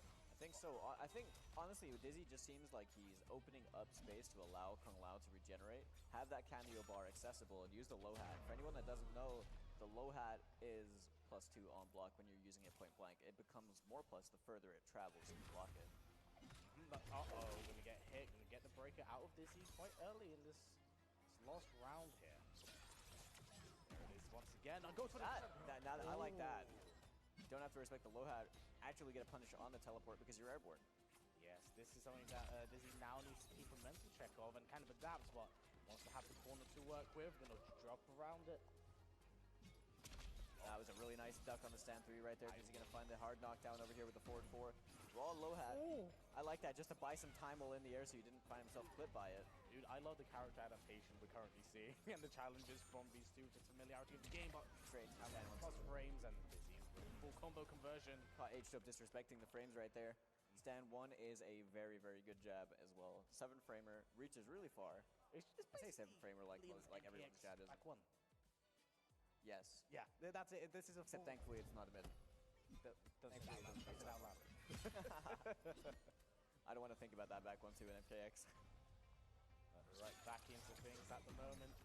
Oh, there it is again. H-Dope definitely have the download for that, but wake up buttons, the full combo. Oh no! Aye, that was a rough drop right there for Dizzy. That's a lot of damage he could have gotten. Instead, he's gonna have to hold this. The buff set up for H-Dope. Yep, gonna get it, but just walking in with plus frames, tries to challenge it. Gonna get full combo punish for it. Have the corner to work with as well. Oh my. 39%, and it's just gonna Slight 40%. How are you blocking that? Oh, that was disgusting. Tries to spend him in the air, does not get a full combo conversion. H-Dub definitely in the realm of victory right now. Oh, just gonna space things out. Beautiful hold from Dizzy on the hat as well. Ew. He's so gross. Now both players just really trying to control the space. Neither one of them wants to commit to too much. I spoke way too soon because H-Dub sets up that buff. Dizzy was ready to challenge that immediately and get the punish on that. Yep. Forward 4 is working out, just a little bit of damage tacking on, but we're seeing the armor being popped from H-Dub. Gonna find the reposition, start knocking Dizzy towards the corner, catch out on that damage. But Dizzy's been using these wake-up buttons so many times and getting so much mileage for it as well. This is gonna be a lot of damage right here into the hard knockdown. Yeah, gonna have the cross frames to work with, and that is... I got hit. I got hit. I got hit. I got hit. Very good stuff. Well, I do believe we have a Nivek coming up on stage. Maybe deal some knowledge himself. Of course, Nivek, a very prominent player in the scene. Someone who I'm very familiar with from all the way back in MKX. Yeah, he's my tournament demon from MKX. I don't know how many times I lost to his Thunder God. But yeah, he's basically been a long time NetherRealm player. Does compete in games like Tekken as well and does really well. He made top 8 over here for Tekken. But he's over here to offer some coaching. Yeah, words of advice, the battle of the youth. You know, now Nivek these days, he plays in a prolific amount of games, of course, does commentary. He's a really big name in the scene. And honestly, considering how long he's been around, it's very nice to still see him be very active in that sense. Yeah, he's always such a nice guy to hang out with as well. But I'm wondering, I'm wondering what kind of advice he's going to be giving H-Dub anyway about approaching this kind of matchup. Because what is there to really talk about? I feel like H-Dub's adaptation. So let's talk about the things like, you know, the teleport with the low hat as well. We immediately saw an answer to that with the twirl, and just being able to punish that, even though it might not be the most damage in the world, it's still free damage you're getting. Just yeah, exactly. Adaptation to your adaptation, and there it is again. Just like that. Speaking of the devil. Oh, the wake-up buttons just getting so much mileage out of it. And Dizzy's been fearless with the wake-up buttons. Gonna find the conversion over here. This is gonna be big damage right here in the corner, and the splat. Gonna get the puff frame. Just back off a little bit. Maybe wait for H-Dub to overswing. I got this into a full combo version earlier on, but it was such a great challenge from H-Dub as a reversal. Oh, get it. Oh, what is this combo? That's I don't know so sick. That was sick. Gonna have the corner to work with. Basically kind of evening out the life bars at the moment, but the wake-up buttons again. It's just been working for Dizzy. Yeah, no reason to overextend, but goes for the overhead instead of going for the teleport as we have seen. Goes for down one check. Go play for down one check plus frame. Disrespected with that down one. The challenge right there worked out so much for H-Dub. Finds the forward throw. We are back in this neutral space right here, though. The neutral territory. I don't think Dizzy wants to commit to too much, but the 1-2 is going to catch into the ball roll. Dizzy now on match point, looking to eliminate H-Dub from the competition. Yeah, playing very, very well, but this time does catch him. Maybe dropping the sword at different timing, but I think, yeah, the timing shakeup might have actually prevented H-Dub from being able to use the twirl. Dizzy looking to space things out to get combo conversion. No conversion of H-Dub himself. Seeing a lot of forward throws at the moment.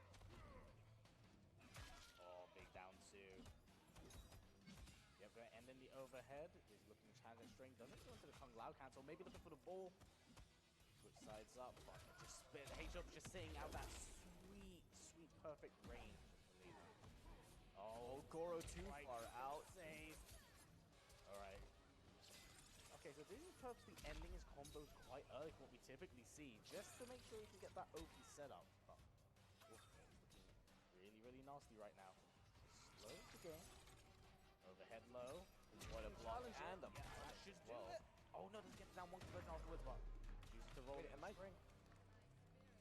What did he? Is forward 4 punishable? Is that what he punished? I don't even know. Overhead? I believe that is safe. He punished something. Oh, yeah, so it's really character knowledge. Answers and adaptations are being made currently. Goes for the buff. He's going to throw out that string, but the challenge from Dizzy going to get put back in the corner by the breaker. Yeah, this game has been taking a slower pace. Oh no, doesn't make the full combo conversion, but still picks it up regardless. Basically got himself a reset right there. I got hit. Oh my by that god, one, Matchstick has an overhead built into it, and it's like immediately yes, ready with the overhead one low over there as well, and Dizzy is going to close that out 3-0. That was disgusting. So that was disgusting. I've never seen that before. But again, it shows the tech that Dizzy has been hiding behind closed doors. that seems like it's something that will be a really, really tight fuzzy. Yes. Like, but even then, I feel like he has the liberty of being able to change up the time on things so well because you're holding the hat. Yep. Right? You're able to release it when you want. Granted, it doesn't hold for like too long, but you still have the flexibility of being able to do so if you want to. Exactly. Yeah. After. It's a crazy versatility because, you know, I know in this game it's a very different toolkit, but honestly, the cameos kind of work as basically variations in their own sense. They make things absolutely crazy. Well, I couldn't put it better. They actually just allow us to play such a dishonest game. Oh, 1 million. I am all for it. Oh, yeah. Have you seen a single character in this game so far that people have said, you know what? No, I can't play this character whatsoever. I think there's only one character I can think of that people have been heavily criticizing in terms of not being strong enough in terms of damage, which is Sub-Zero. But naturally, that's also because from the beta coming into this game, he did a lot of damage to people. You can hold that. You had MK11 and MKX. Hey man, we got triple ice clone back, but not the damage. It's a tragedy. It's over. My commentary throw is identifying with the Sub-Zero pain. It's actually a wrap. It's actually a wrap. But this is no, but in all, truthfully, like my point really was the fact that you can just see any character being represented. 1,000,000%. Cameo choices do also influence how these characters are able to play the game a lot. So it's not just as, you know, maybe black and white as things might have used to be, where maybe it only took a very, very specific kind of character specialist to be able to make a character shine. Now it feels like there's so much to be explored and so much to be figured out that we could see anything. I mean, we literally saw Havoc in Winterside first match. Yep, Winterside first match, and again, the unfamiliarity of that character really did come to the surface, as it did knock Law into losers. And, you know, the tale of the tape that we have between these two is that these two are training partners. Yeah. LawKorridor and JoshTQ are very, very familiar with each other. And if anything, they kind of have the similar origins of, you know, both being predominantly online players, especially after 2020 and the issues that came with that. And now this is kind of like the first big tournament both of them have been to. And what a way to do it. I put it like this, it's going to be a very awkward walk for them back home to the hostel they're staying at. What was the situation with Josh? I met him at Hyper Combo, and I think that was the first offline, right? That was the only other offline he had been to. Yeah, that is Hyper Combo as well, ran by, you know, Ketchup and Mustard. Yeah, saying that, we are seeing something I did not expect us to see. Okay, literally. I like this. Yep, there's a low overhead. Gonna get full combo conversion into the restand. Gonna go for the invisible setup once again. All for the standing one. Is this the character you're talking about? No, but I'm still very pleased that we did see the Reptile. And I'm actually like really stoked to see Reptile. Oh, me too. It's great to see Sizoff back in the way he is, and gonna get a full combo conversion. Motaro cameo as well. This guy pulled out the government name. Ooh, Motaro actually wasting so much time for that net as well. Law did still manage to find himself the Shadow Kick, gonna find the punish as well on this. What is it? What is that? Is that a slide down? Is it a death roll? Yeah, the death back roll. 4-4. Beautiful stuff. A lot of pressure and chip damage. One just gonna keep staggering him, not wanting Josh to overextend. Doesn't quite get it. Doesn't get the switch around, but Josh at the moment, it's death territory, and there it is. Shades of outtake right there into the down one rising star. As LawKorridor is gonna get himself the first round on the board. Oh, gonna go for the Chunder. Get the little reset. Stop. Goes for the big back two. Gets off this 50-50 son. Restand into Death Cradle. I don't even know what's spinning him. He just looks like he's just going through the motions. There we go. Just checking. A lot of buttons being pressed. That back three as well. The back 3-1 is a really good string for Reptile. It really is. Goes for the side switch. Doesn't want to keep himself in the corner. That's really where Law got so much mileage and damage out of. Law going to push him back. Our extension challenge. Get the back throw. Get away from me. There it is. Oh, challenges the ball off. Wake up. I respect that. Motaro being set up with the triple projectile into the invisibility. The back three. Oh, there it is again. Mark and the down two ender off the force ball. Josh is even things out. We gaming, son. We game, and it's going to be a very back and forth match. Because here's the thing, we've been noticing that, like, obviously they're training partners. How much stuff have they secretly low-key been keeping away from each other in a competitive atmosphere? Yeah, that's a good point. Oh, see you, Motaro. Great to have you back, bro. Motaro also gives you the fatal blow. He can trigger that, right? Does that benefit Reptile? Do you know? I don't know if Reptile is slow that he wouldn't be able to get it off with certain conversions, but I know that that's what Motaro can offer you. And Josh going to find himself the hit, forces the breaker out of LawKorridor right there. Oh, a very cheeky side switch right there as well. Oh, beautiful whiff punish. Double conversion into the restand. Gonna go for the death roll. Man, Reptile's combos look so cool. Yeah, keep it safe. Gonna have to hold that. Big down two. The Taro assist. And dude, I'm so glad we get to have a Taro assist. We basically got a bit of everything, really, don't we? Yeah, this is really cool, man. Like, again, this was a character I did not expect to see him bring out, and we've so seen this before, though, haven't we? Didn't Heroes play Reptile Motaro in a recent UK local? I believe so. I believe it was at the Hyper Combo. I think it was, which is also, coincidentally, the first offline tournament that Josh ever went to. Maybe not for Mortal Kombat 1, but for MK11, where the patented clip is of him doing that evil grin while playing against VGY. I just felt VGY in the crowd, just like a simmer of hate just erupt in his heart from knowing that. And we're jumping right back into things. Well, it took a few seconds. Maybe want to take a few seconds, just kind of think about how to approach this game plan moving forward. Vertical chopper right there. Law is still going to find the big crumble.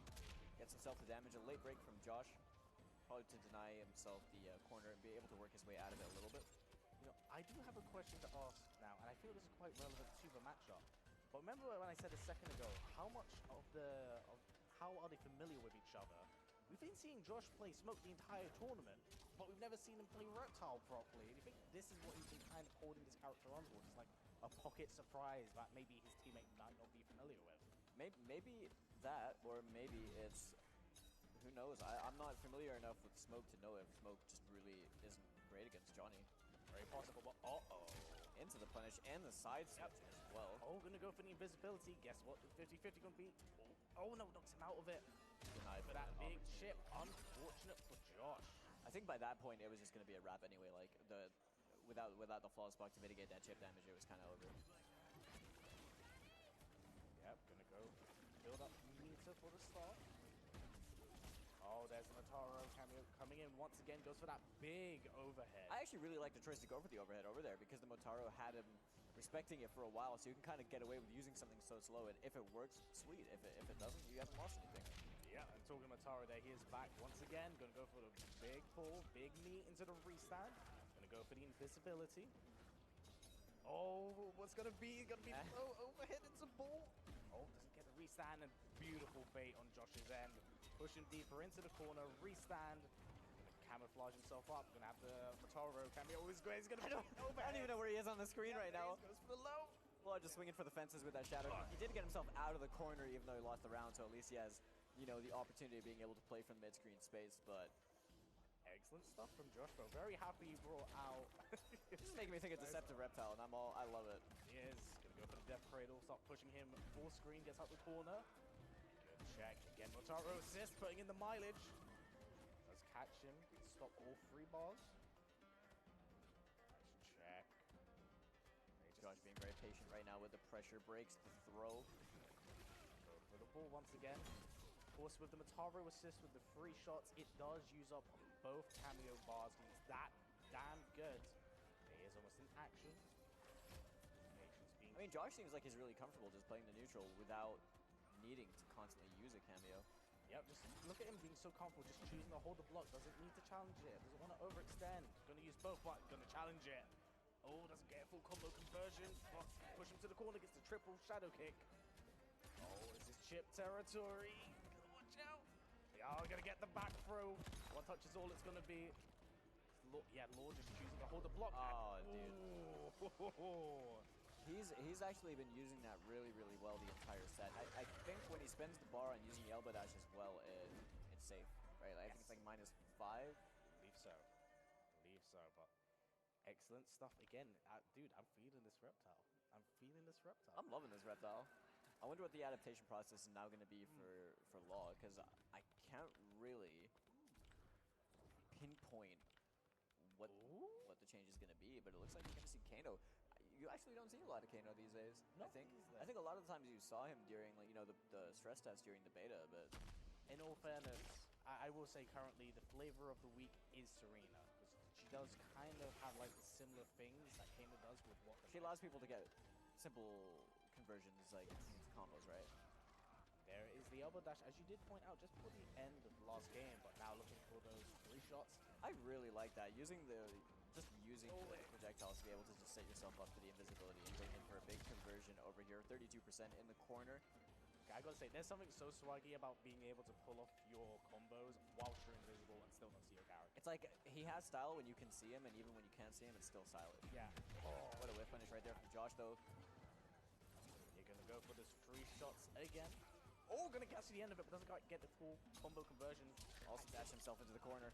Very unfortunate situation, but currently gotta watch out, not overextend. Gonna get more damage on the board here. Gotta watch out for that fatal blow. Of course, does have unblockable and parry properties. Oh, catches him with the low. Again, I suppose that's also another thing, right? Is the elbow dash is pretty much, it's a guaranteed side switch. This is looking very, very interesting, because this is going to be a match point for JoshTQ, but Law not looking to go out without a fight right now. This is looking very dominant right now from Josh as well. Yes, but I believe that maybe Law has purposely gone for Kano just for like the star combos, like what he can get, as people figured out really some of the craziness Johnny can get with Kano when they're put together. Oh, that could be a possibility, but his star gauge is looking relatively low right now. I'm not really sure how much of a possibility that's actually going to be, you know, with his tournament life on the line right now. Well, it is a micromanaging aspect, so I can imagine he's probably trying to find a situation where it works, but no, that's 1 round apiece at the moment. That was a good round for Law as well. Definitely, I feel like he really needed kind of needed. Oh, this corner pressure is overwhelming. Struggling with. Oh, no one home and they're down 2. Get the forward throw, just keep him in there, not wanting to overextend it again. And this has just been all LawKorridor, but you get that forward throw, get off me, opens up quite a considerable amount of space, but no one home on that giant ball. Absolutely fearless jump in as well from LawKorridor. 35% forces the armor out of Josh. Yeah, looking to cover himself with Kano. I love that. That was sick. That was very, very, very smart from Law. Like I said, we have a game on our hands. We really do. We have a game on our hands, and you can see Josh kind of thinking his options. Looks like you can jump right back into things, I believe. Yep. That was that thing I really, really respect about how the way like Law plays the game as well, is that even when things are kind of stacked against him, he never relents on how aggressive a player he is. He recomposes himself really well, very quickly, which is quite surprising in that sense, because the first few rounds, obviously, he looked a little bit flustered, but by going back to the character select, taking a few of those extra seconds, just rethink, recompose yourself. Now, he now looks like he's bringing things back. Got 1 game on the board. Josh being very patient throughout all of these staggers. He's gradually just being pushed to the corner on block, though. Yeah, beautiful knives. Gonna get caught. Oh boy, Law's putting in the work here, and now might be worth it in the end game considering the life lead, but you definitely don't want to throw things away this early on. Gets caught the overhead. Force the break. I mean, I kind of like, I respect the decision to use, yeah, I mean, okay. So I respect the decision to use the unsafe star power right there because he was in chip territory. So Law probably thought to himself, back it up. Get as much as you can. Like, you know you're going to get punished for this, but now is the best time to do it because you know you can still win the round. Gonna set up to go invisible once again. Gonna stagger the buttons, catch him below, overhead. There's ooh, interesting conversion. I know that, of course, with the was it the Makoran teleport, you can get some really swanky teleport combos. But back in the corner once again, where Law is very, very comfortable. All this that is no bueno right there for LawKorridor. There you go. Death Cradle once again. Ooh. I'm not even sure what that interaction was right there, but Josh is going to find himself the hit, and he's going to put himself You know, I just realized, I think the reason why he went for the Kano was for the double knights. In fact, he can challenge Motaro, hit him once, and then catch Josh as well. That might be a very, very smart decision on his end. Oh, a lot of movement going on with Law. Doesn't quite get a full conversion off it. Johnny's movement's honestly, it's scarily insane. Yeah, very. He's been using it really well. What a duck right there. He's going to find himself the punish as well, and that throw attempt from Josh. Oh, let's look at that star power right now. Currently locked in with Kano. Yep, 2, 3. Goes for the lane, looking for that pressure. Oh! Consider yourself muted, sir. Oh, big jump 3. This looks like it is going to be Law's round. And that is 2 apiece. Did you just see the blank stare Josh gave the camera for a brief second during that? I mean, it would not be a LawKorridor game if he didn't throw off a little Tourney. You know, he likes to rile up the crowd a little bit. That's the thing I love as well. You can just tell these guys are having fun. Oh, look at Tom throwing them big swings right now, wishing he was on the stage. But we're going to go right back to the character select screen. And there's the character I've been mentioning. There's Johnny. So this is going to be interesting. This is going to be Law's locked into the Kano pick. We're seeing a Cyrax pick for Josh. So Josh is the winner with the white pants. LawKorridor is the winner with the black pants. Just to avoid any confusion, because it looks like their taste and shirt was exactly the same. Yeah, but here's the interesting thing. Josh, if I am correct in this instant, I think that Josh kind of learned Johnny from. I think so too. So this is the. I think he could play him like a little bit like during the beta or something like that. I do believe so. He did learn him more. So Josh definitely has quite an uphill battle in that sense, because he did learn this character specifically to deal with solo so high, but now he's using it against Law, and I don't know if I entirely agree with that decision, but we're gonna have to see how it is applied here, because Josh is a very well-rounded player in that instance. If it works, it works, right? If it works, man. Uh-oh. Squeezes the breaker out of him. Now, if there's anything that Josh definitely has on deck since the last game, it is the movement. It's the spacing, as we said. Weaving in and out and getting that big maximum damage locked in on the board. That's match point for Josh.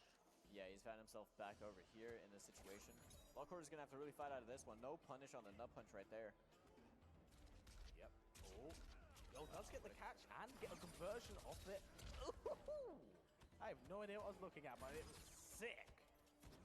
Cheeky little 33% right there. Josh looks like he has all the pressure right now. He's got Law trapped in this corner situation.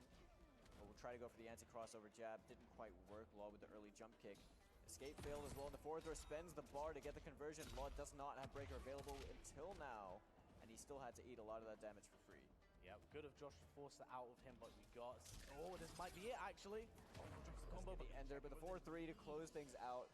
Oh, I was looking for it. There's no hug here, just a handshake. Fair enough. You know, nothing worse than playing against your teammate and having to eliminate them, but big shout to Storm right there in the front row. You can tell Josh definitely mocked him because he beat him with his own character. Statement sent. Statement sent. I mean, Josh... I love that. On a personal level, for Josh, I think this meant a lot to him, because, I mean, he has a lot to thank Law for in that instance, but he definitely needs it. And off he walks off into the sunset. Yeah, he's gone. He's done playing the game now. He completed Mortal Kombat 1. He completed Mortal Kombat 1, but things looking very interesting as we still go on, and I believe we're back on winner's side. This is going to be a bloodbath. I'm curious as to what is... Oh, don't do that. Don't do the hand gesture. It's like you're making it sound like I made the pun. Not even just that, I was just going to say, I don't even think bloodbath is going to be the right word from this. Like, these two are so good. Both of these two have been a fan favorite in NetherRealm's history competitively. They're such nice guys, and their team compositions are nothing but pure malice. Oh, 1,000,000%.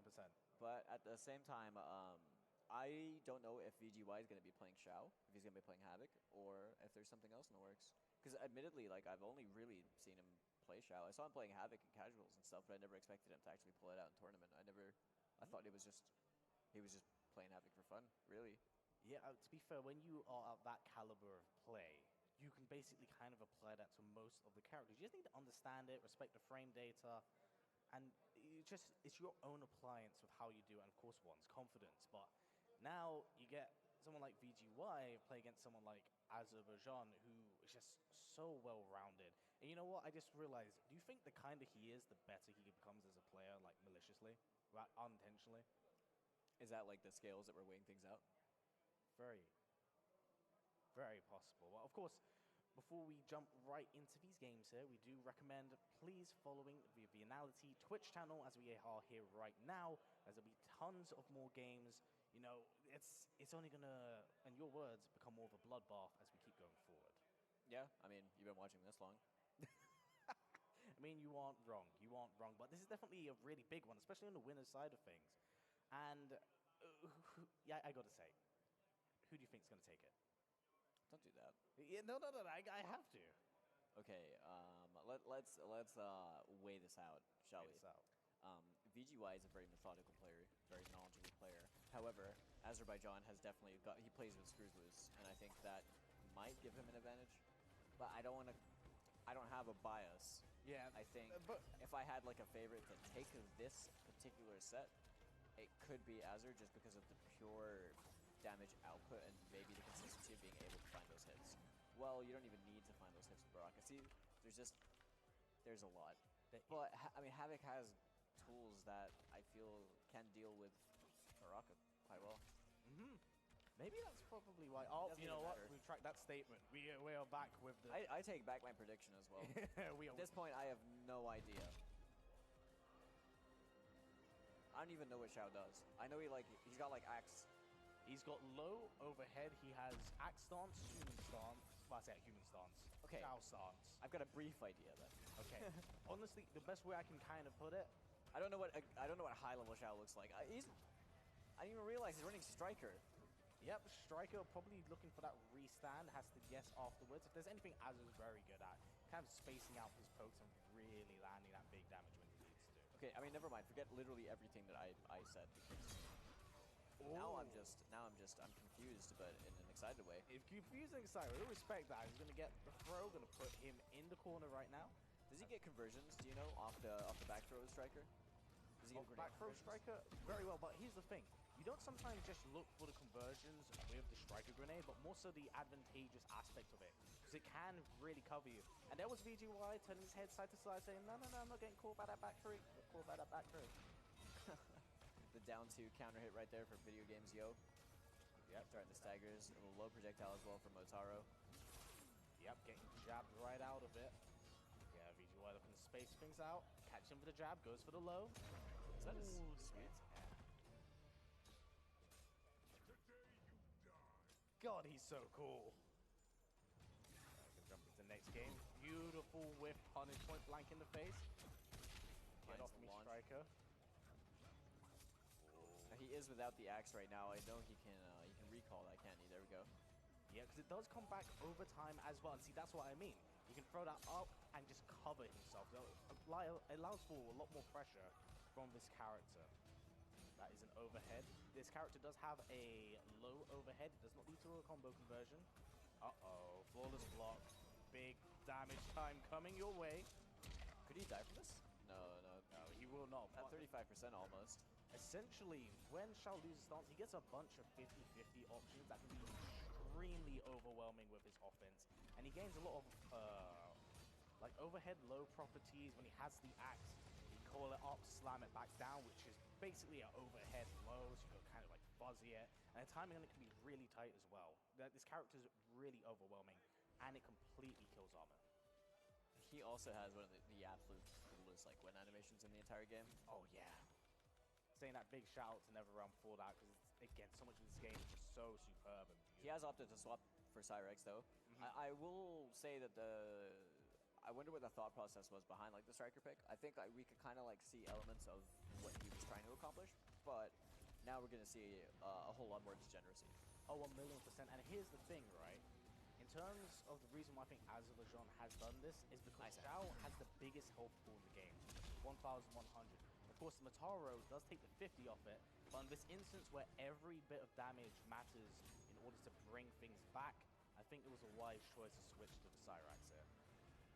That's just very slow, methodical. Then it wants to overextend overhead, looking like a big conversion. Oh my goodness.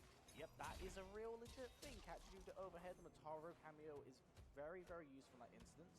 The Axe is going to come back after this combo. Going to get full combo conversion. He gets the down one into the EX down forward too. He's going to find the extension with the Cyrax chopper too. And in a hard knockdown. That's So much damage. All right. Oh, he actually blocks it. He blocked it. Didn't like the high, but... not this time. Oh, yes. He has to block. Yeah, he has to break that. Goes for the chopper. Oh, looks for the low this time. Great block. Does not catch him out of the air. Gonna go for the back throw. Get away from me. And this is it. Yep. Oh, but again, that health deficit coming to effect. But overhead. You know, that's actually one thing I barely see people using with Baraka is the overhead. I think it's because other tools just work like so well, and people just tend to block the overhead, but working in the final moment for him right there. True, and you have so much to look out for in that instance as well. Like, he's just got everything Baraka has, just makes him so well-rounded, but man, VGY looking to put in a lot of damage right now, going for the double knee, push to the corner, overhead 50-50, guess again. This combos looks sick. Uh-oh. VGY looking to set play right now, catch him out What there, an standing anti-air. too. Oh, yep, that was it. That was it. Very decisive round for VGY, adapting extremely quick. It seems like it's also really interesting because Xiao's, you said that was a standing too, right? That button right there. Yeah, you can stagger it. It's a very far-reaching button, and what a conversion off it down two as well. Yep. Also, can we appreciate how amazing music is in this game, man? The music, yeah, the music bangs. It's so good. Okay. Oh, does it get a cool combo conversion? Oh, VGY saying, I can block it. Alright, standing too. Yeah, Azur just staggering these back threes, and for anyone that doesn't know, when you use back three with Baraka, it keeps you in the position you were before you did the step in. No, here's the crazy thing, right? It doesn't matter whatever throw Azerbaijan can go through, it does damage. So VGY is pick, oh, does he want to keep me in the corner, or is he looking to throw me out and do 20%? Oh, That's more the entire string. string rip. About the projectile. Azur really controlling the pace of this match, not wanting to overstand the overhead, and there's the, overhead conversion time. Oh, that's actually really cool then, using the Motaro just to be able to convert off of that into higher damage. Yep, it's one of the things I believe is strictly exclusive with him, but uh-oh, this could be death actually. He gets the timing correct with Cyrax. That's it, a game on the board for Azerbaijan. Bring in the work with the Baraka, ending with the overhead, as we love to see it. But it really is back and forth between both these guys. It seems like they're both playing such high-pressure characters anyway, but by the time either of them finds a hit, it hurts, and they're putting themselves into a really, favorable situation that the other person doesn't really want to be on the receiving end of.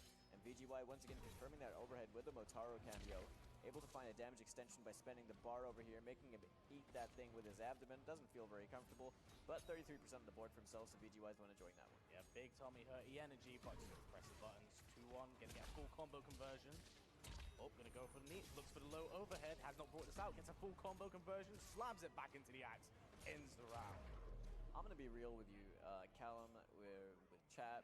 I have no idea what he just did, but I loved it. Video game. He did the game. That was like Shades of Ares all over, right there. Smiles in Mr. Aquaman. Big shout out to him in the Coliseum, of course. Bringing it back.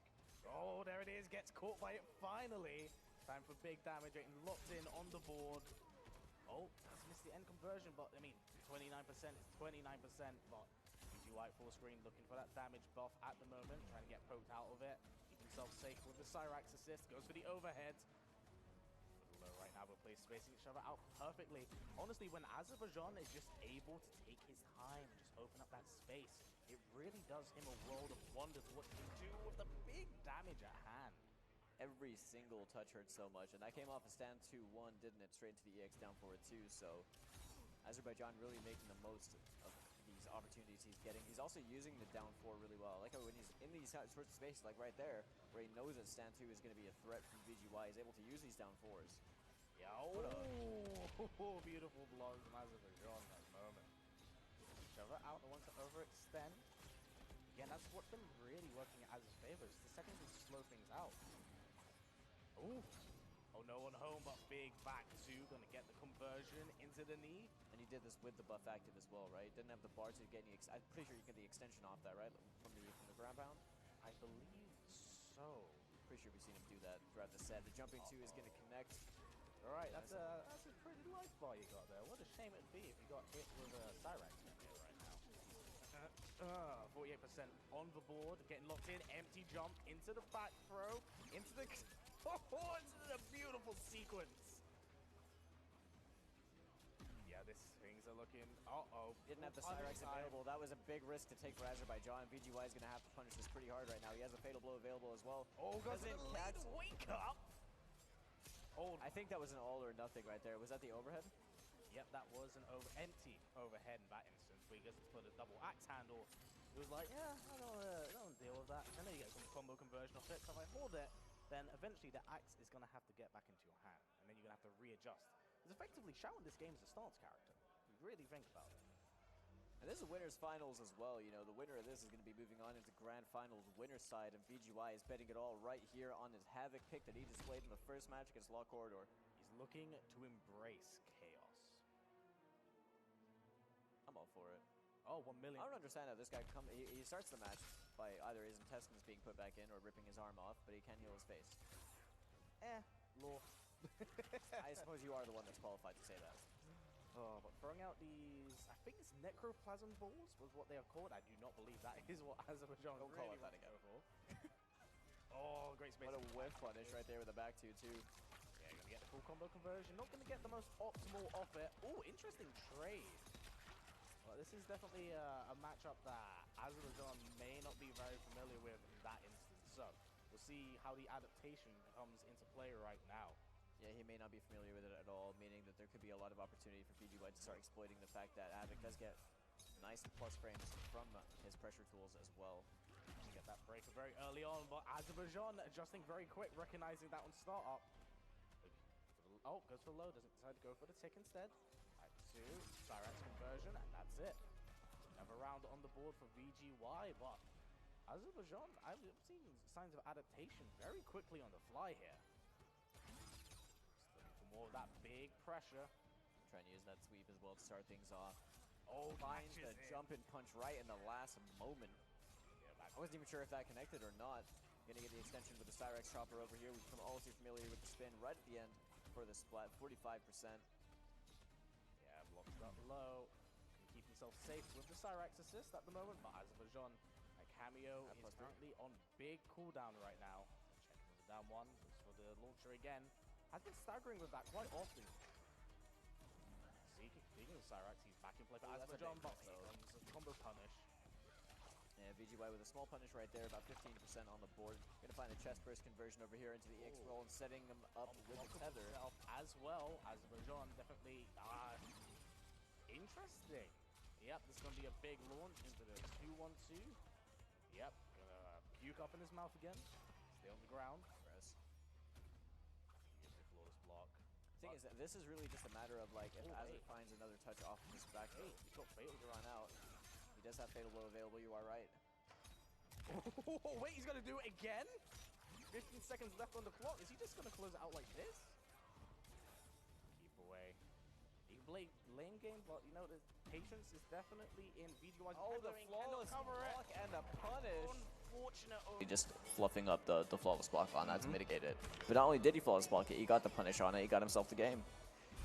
You see, that's the really saddening part, because that fatal blow was in play. All we had to do was just choose the timing for it, would have gotten it. But the thing is, with the Cyrax cameo, kind of spins the opponent around like they're in the washing machines. You don't really know when they're going to get yeeted.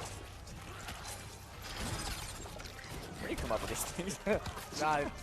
A lot of free time and a lot of this magnificent monster we do have as our sponsor today. Saying that both plays. I'm about to start munching on one of these Neos. The other sponsor. Free snacks. Saying that. Say no to that. A lot of pressure being applied in the corner. Azur does have a lot of catch up to make right now in order to bring things back. But you know, if there's anything he's really good at, it's just the free flying adaptation he has. But the same can be said with VGY in that instance. Oh boy. Yeah, get that breaker out. He had to spend that right there. Doesn't want to kind of give Azerbaijan any momentum in this round. Ends in the throw ender right there off the back 2-2. Catches the sweep as well. Cyrax is came in, he's been sent out straight away.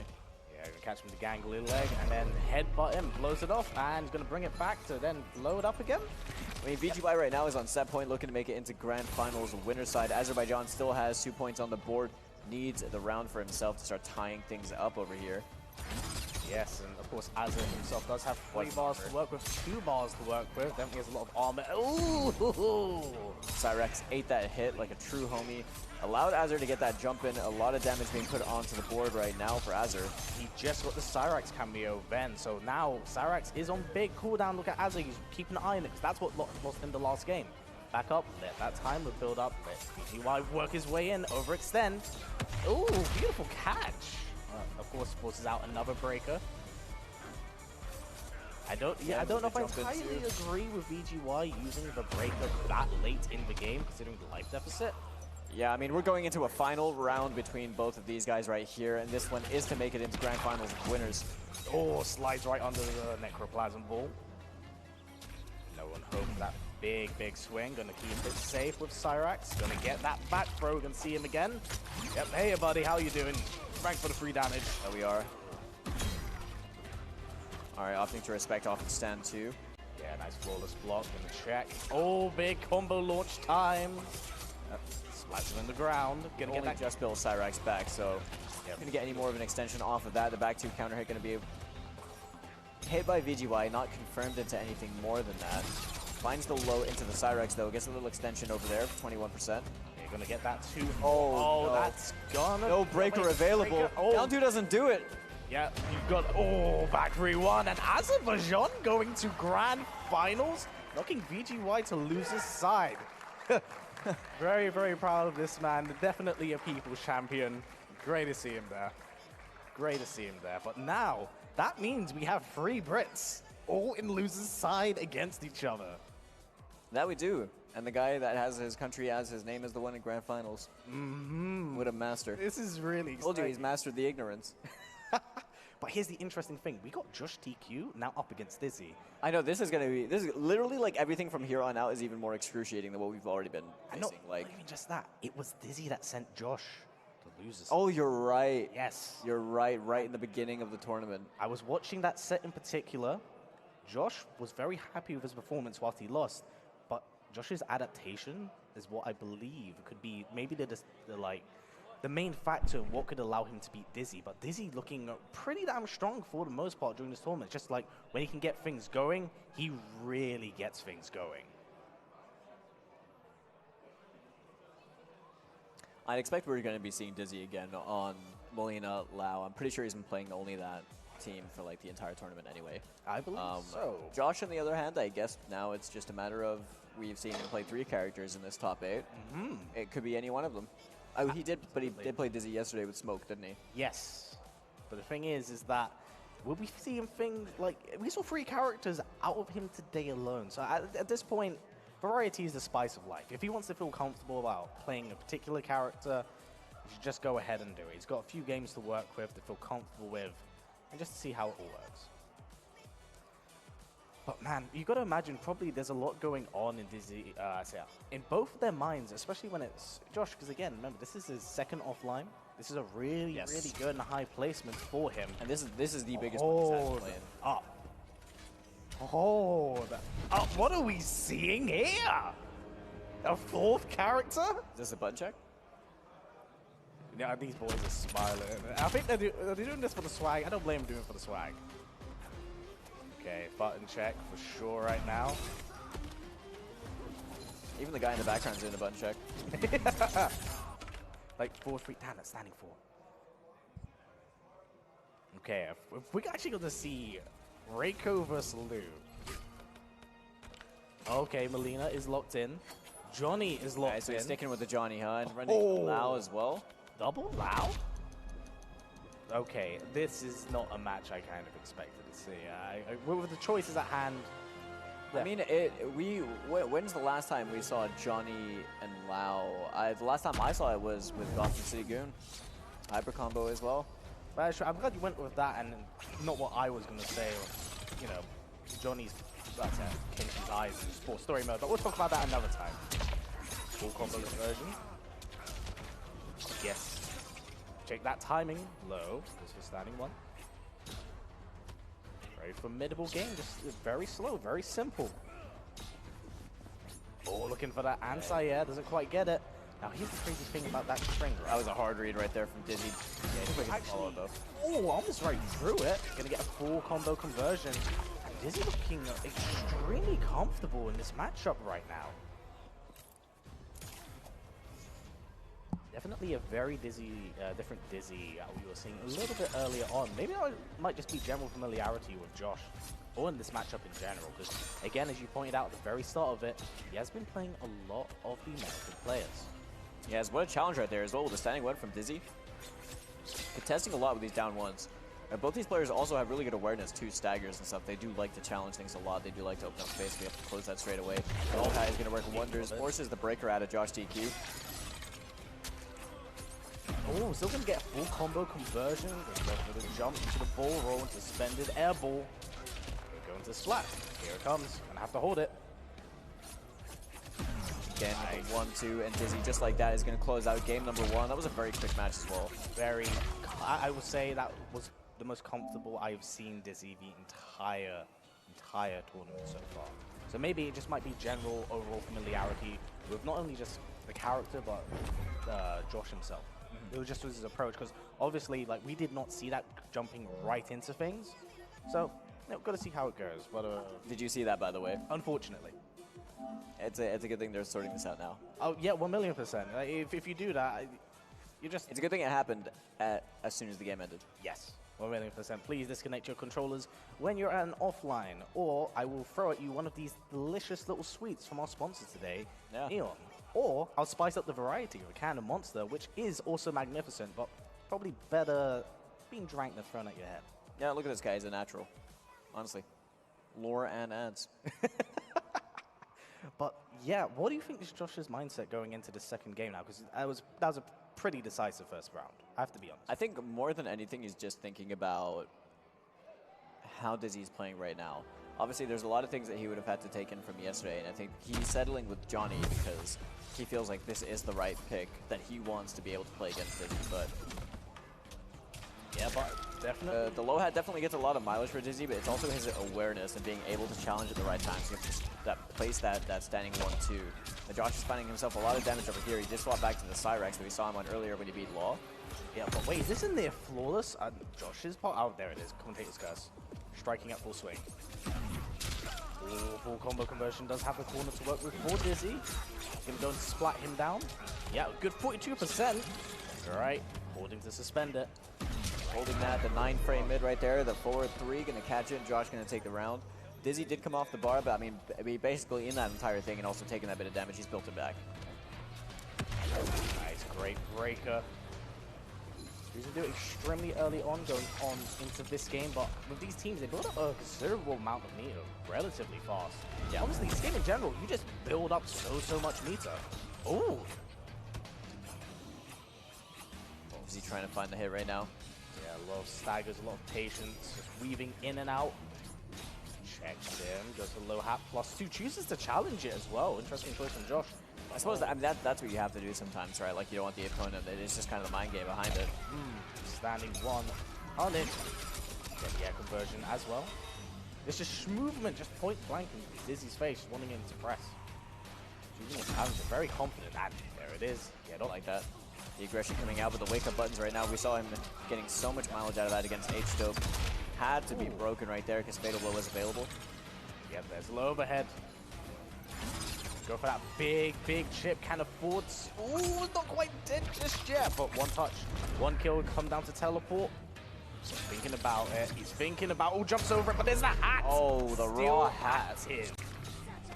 Keeps Dizzy in this game in particular. But yeah, I mean, that was, I guess, kind of like a death by something you wouldn't really expect. Now, here's just really stuck its way in. I don't believe Josh is aware of it. But the end of that overhead string, if you uplock it turns -2 into -12.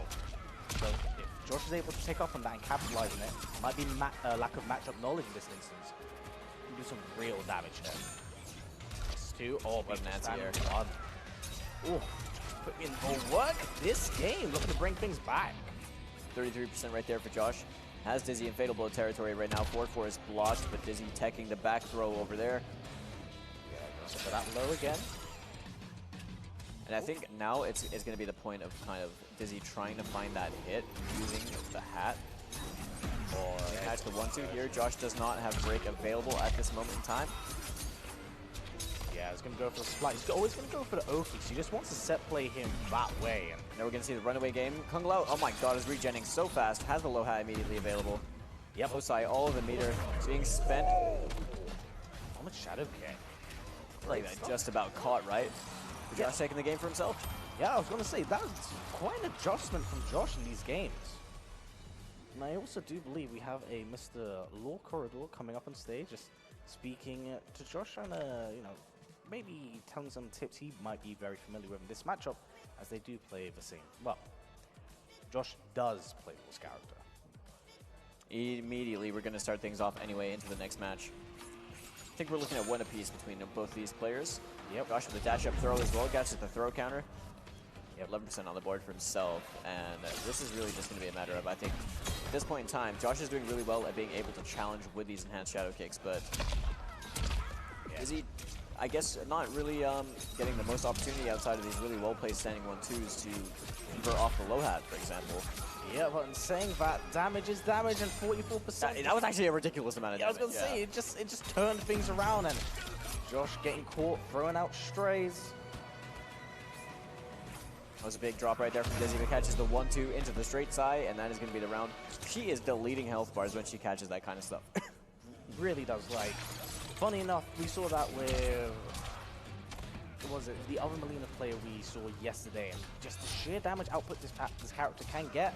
Very Ashes, yeah, hitting 50% like every time, and that's with Scorpion. Ooh, that was sick. That's a very unsafe move, right? For anyone that doesn't actually know that air roll that Mileena does, it's very horrible in terms of recovery, but that is what you use when you're making a really hard read on someone, because it gives you a free conversion. At best, it's actually minus 39. Frame data fluctuates. What a block right there from Josh. Ooh. Get the back throw at the moment. Josh still definitely in this fight. Has a lot of work to put in, but can be done. Challenging the low hat right there, the forward 144 from Dizzy, not to any avail. Josh right now has all the pressure in the corner. Yeah. Challenge though with the down one. Gonna get another throws. No conversion. Doesn't have the bar to spend it, and what a catch on standing one for the ball roll. That was really good awareness right there from Dizzy. And that's gonna put him up a game as well. So we're looking at 2-1 right now. Dizzy looking to go into potential final match for himself to advance on in the losers bracket for a run at VideoGamesYo. And Josh looking at to basically have the chance to run it as brother. He's gonna have to pull 2 games out the hat. Yep, +2. Gonna splat him on the overhead. Throw out the saw again. Oh, gonna let it go. Get some more damage rocked in on the board. Go for the Oki himself, but wake up shadow kick.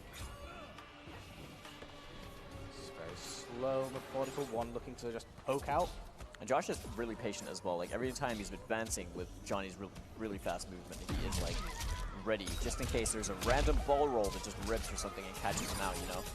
Yeah, he really is getting a lot of mileage of the pressure he is applying here. And I mean, it is working beautifully. But the wake-up button, he's been doing this so much. Oh yeah, back with a vengeance, my friend. And throwing him back in the corner. Dizzy, match point. Blech. Okay, possible lost life for Josh right now. Let's get pull things and even it out. Oh, letting the string rock and getting rid of what now here. And I gotta say, I'm thoroughly impressed with Josh's use of standing one. He's been getting a lot of mileage out of it. He has the fuzzy duck right there from Dizzy. He's going to convert this into really big damage. Josh has the breaker, and he has to use it right there to avoid getting hit for another 40%. Yeah, things are looking really, really good. I think Josh is just carrying a lot of momentum at the moment from the start of the game, but unfortunately he does drop the combo. Also does hit Cyrax, adding a little bit of extra time in that cooldown.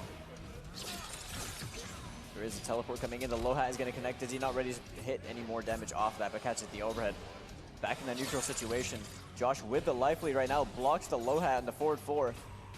Yeah, a lot of stackers, and eventually Josh does get hit, but no combo conversion off it. There's Saw Hat. Spacing up, opening things up. Josh right now has a lot of work to do. Got to be careful. Staggers right now, the rising star. There's the forward throw, keeping himself in the fight. Josh not out of this just yet. He's been playing a lot better. I think he's choosing his spaces better. Nice challenge on the low hat. Dizzy fishing with these 1-2s. Couldn't quite make that one work. Tried to get a conversion off the jump kick air to where it didn't quite work for that either. Challenger again on the low hat, but Josh is spending these bars every time he's trying to do this.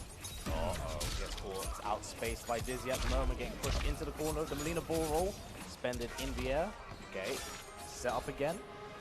Set up again. Just gonna hit him with it, raw. Nice blocks from Dizzy. Things looking pretty precarious for Josh right now. Kung Lao ready to rip 2 more times with that low hat as well. The forward 4 is gonna get blocked with the low hat. Down 1 check from Dizzy. Josh trying to work his way in, not really working out. The down 1 challenge disrespected. Below, a lot of pokes. That's it. And that is that right there. Dizzy gonna eliminate CGL JoshTQ from the tournament. But for his second offline, I mean, props to this kid. He made it into 4th at a hella stacked tournament, to be honest. I must say I am so incredibly proud of this young man for coming out second offline.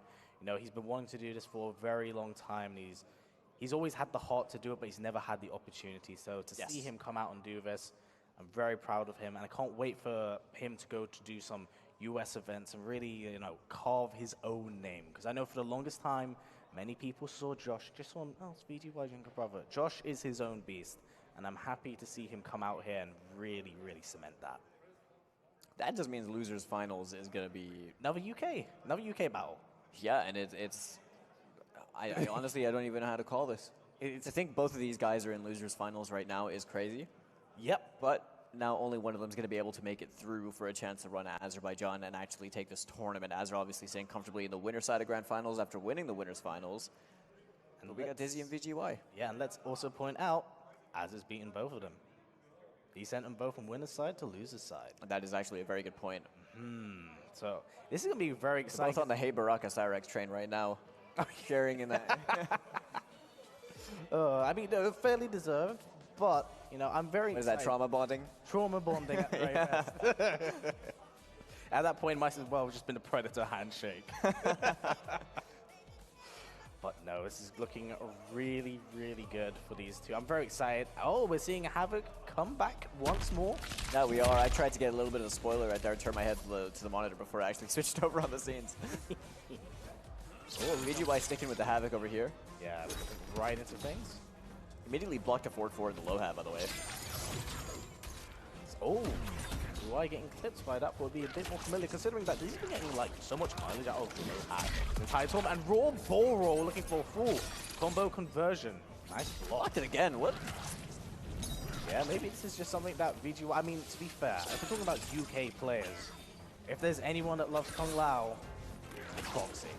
Boxy loves his Kung Lao. Maybe some familiarity with it. Big blood ball, gets stuffed. Can't quite get full combo conversion. Catches the counter hit stand 1-2 as well. The ball roll being made safe with that low hat. Forced to respect it. That is so disgusting. I love it. It's criminal how much reward you can get for this kind of stuff, and then low hat's just there to say, hey, there it is. Pay attention. And here's the thing, it may be a single hit, but damage is damage in this instance. And even if it's blocked, it's still chip. That will slowly stack up. And look, just Dizzy, just taking his time, choosing when to just press George buttons. He doesn't have to overextend, has the life lead. I feel like he's doing it. He's just playing really smart. He's choosing to back off when he doesn't have Kung Lao available. He's just walking his way back. He's trying to stay outside of the back 2 range. He doesn't really care about the projectiles unless, you know, VGY spends the bar. He's basically just playing according to the pace that he wants to play this game at. 3 hits right there, not enough to stuff the armor.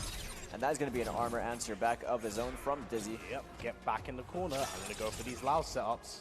Choose when you poke. Definitely poke back, but not quite optimal in that instant to bring things back. Is he just taking his time? Very slow. But in saying that, my man looks to Chunder on him. 2-4, going to push into the corner.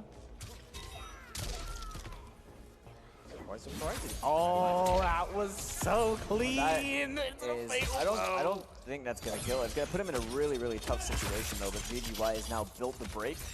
He's going to have to use this if he's not just taking, you know, if he's not within like a single hit territory. But now he's got enough life left on the board to still make something happen.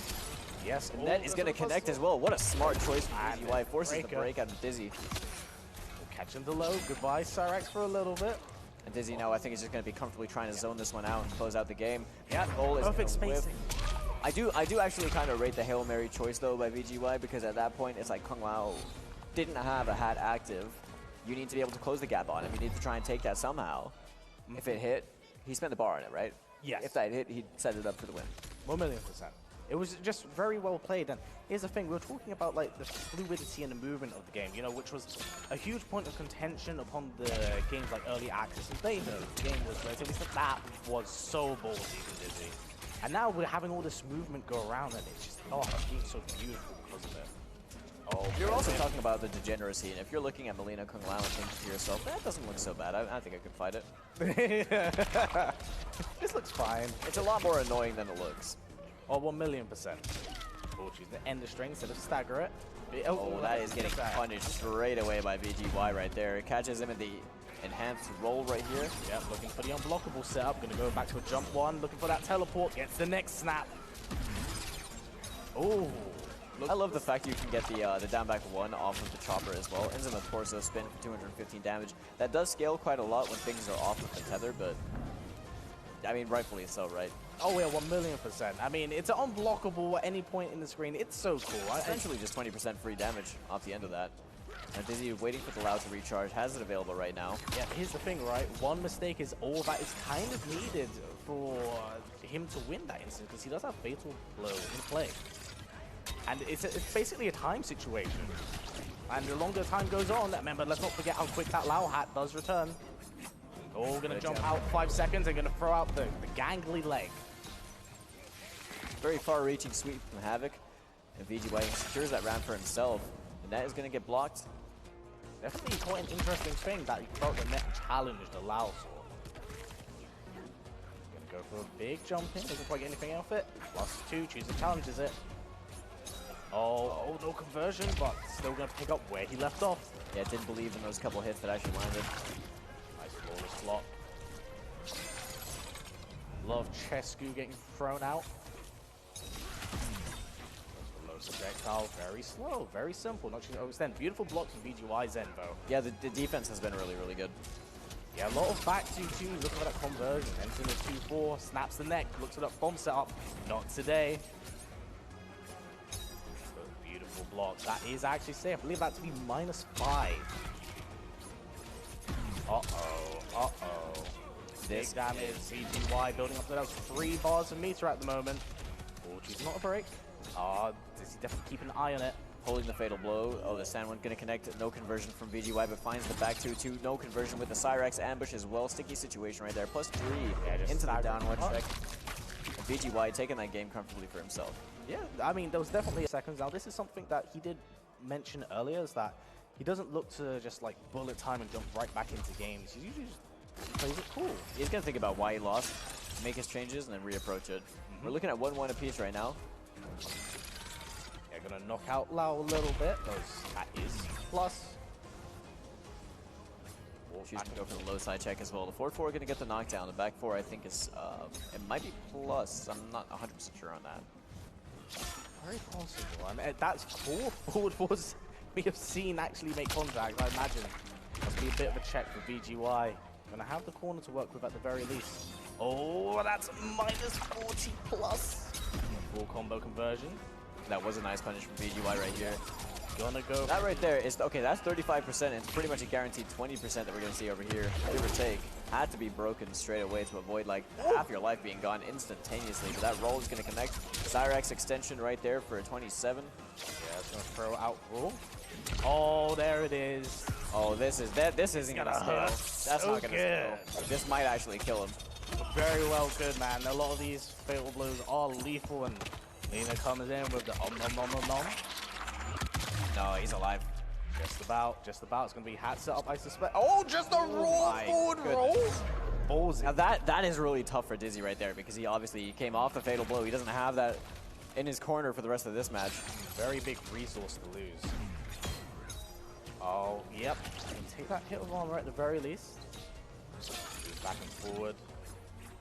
Oh, they're looking for that tricky mix-up. Sweep him out. Oh, doesn't quite get the hit off that, but here comes big damage. Has the corner to work with as well. Yeah, that was a huge whiff punish right there from Dizzy. Finding himself at 43%, near enough. Oh, the standing one anti-air, but doesn't quite get it. Gonna get the big chopper into the 2-4. Okay, Dizzy trying to find the hit. Actually catches it. Forces the breaker out of VGY as well. Yeah, the way he's timing that is so much fun. He's always changing up the timing. So it's so impressive that it is actually being blocked appropriately. And this is gonna hurt a lot. How much does this Fatal Blow actually scale? I love this Fatal Blow. Oh my. 42? God, that's cool. Yep, 42. Okay. Now, why'd that hit the end do an extra, like, 20 damage? Well, things looking pretty good with VideoGamesYo's favoring that instant. Doesn't have to. Oh, yep, goes for the. Oh, the wrong chopper. Oh, gets the throw. The close out. He's not even looking. Yeah. That guy's torso did an owl head, man. That like 180. You didn't want to see that. Cool guys don't look at explosions. Havoc be looking like how I feel in the mornings these days, bro. Yeah, Dizzy taking a few more extra seconds, maybe choosing his other options outside of just Lao. Because, you know, we've been seeing putting in a lot of mileage with Lao, and he's been doing really, really well with him for the most part. But he has been mixing in a lot of other stuff that, you know, we haven't actually seen yet. Yeah. I'm curious to know what the adaptation process is going to be in Dizzy's head right now, because, to be honest, I mean, VGY has been adapting very well to this, and now he has Dizzy on the back foot, who initially started off this set with the advantage. And now we're in a situation where, you know, Dizzy's really thinking about it. He's wondering, I feel like what's going through his head right now is if he wants to stick it out with Lao, or if he wants Jack just for the raw damage that he's going to get off of every single one of these touches. Saying that, it's not like he's really lacking damage. Oh yeah, well, he's able to confirm really well into like the up teleport. Oh, that was a beautiful duck from Dizzy. Definitely going to get a big combo conversion off that. What's it going to be, about 42%? Oh, just 40%. Yeah, just casual 40%. Yeah, it was just a scratch. Just a scratch, but a mere wound, if you will. Oh, that was nice. Beautiful challenge. Great call out as well. We go for the source setup, looking to challenge it, and VGY a lot closer to that than he expected. He got a full combo conversion. Those extra few seconds definitely coming into play for Dizzy right now. I do rate the idea of using the break over here as well. I mean, come off the ball while you have it, right? You're going to build it back really fast. If VGY has a chance of being able to turn this round around, he wants to be able to try and do that now. And forcing the plus frames, 1-1-2 is going to connect. That is an overhead ender for anyone that doesn't know. And VGY definitely trying to look to call out that Lao assist. Dizzy just confident, staying back right now. Yeah, VGY choosing just to end all his strings. Played a little bit of a lane game, if you would. Unfortunately, no conversion right there. Goes low hat, goes plus frames to get off me. Uh-oh. It's going to end it Fatal Blow? No, looking for that one more touch. Yeah, he just needs another touch right now into Fatal Blow, and that should be able to get the round for himself. Dizzy challenging with the down one right there into the plus frames. Goes for the forward one, knowing that VGY was going to respect it. Really smart decision making, and then with the forward one to close out that round. That string does a considerable amount of chip as well, my lord. Oh, beautiful timing. I like that. Get in the corner. Yeah, side switch as well. Really 2 for the price of 1 on that. Yeah, look at that. Lao is this choosing the timing. When's it going to hit? Standing one. Oh, still going to get combo conversion as well. Splats him in the corner. Goes for low hat again. Gets the overhead. It's going to be a low hat again. Big jump free. Yep, going to get the full combo conversion. Oh, we thought down 2 was going to kill the standing one. That was a very, very, very dominant round right there for Dizzy. And now we're tied up at 2 apiece. Yep, 2 apiece. Do what Final game situation, Callum. I have to pick between 2 of the UK homies. It's always a difficult thing when you're in our position and you just see like 2 friends really playing for a chance to make it into the grand finals. And this is their tournament life on the line right here in this game. The ball roll being made safe with the low hat. Also, VGY choosing to actually stick with Havoc is very interesting in a sense, because like, I did not expect him to fully commit to his character, because, you know, he is known for his Shao Kahn. He's going for the unblockable setup. Yes, he is. Oh, pokes him out. I love this. Oh, the tether ran out as well. Couldn't quite make use of the 2 bars that get spent on that roll as well. Oh, if he actually got a combo off that, that would have been so sick. Duck, we can get rid of the net. Look at the standing one, can't quite get it. Gets the forward throw. Oh, that torso twist is so grim. Stagger that string. Great challenge, unfortunately does not quite catch him out the air. Challenges the plus frames. I like that. Down one. Uh-oh, gonna go for that. So, yep, goes for the Cyrac. Oh, got caught by the final hit. Yeah, he ate the forward one string right there, sent him back a little bit further. VGY spinning the bar to try and make that projectile to be respected, but let's go. One more touch, and that is gonna be it. Fatal blow is in play for both players. I don't really know how to call this one right now. This is really a get touched, you die. Yeah, it really is.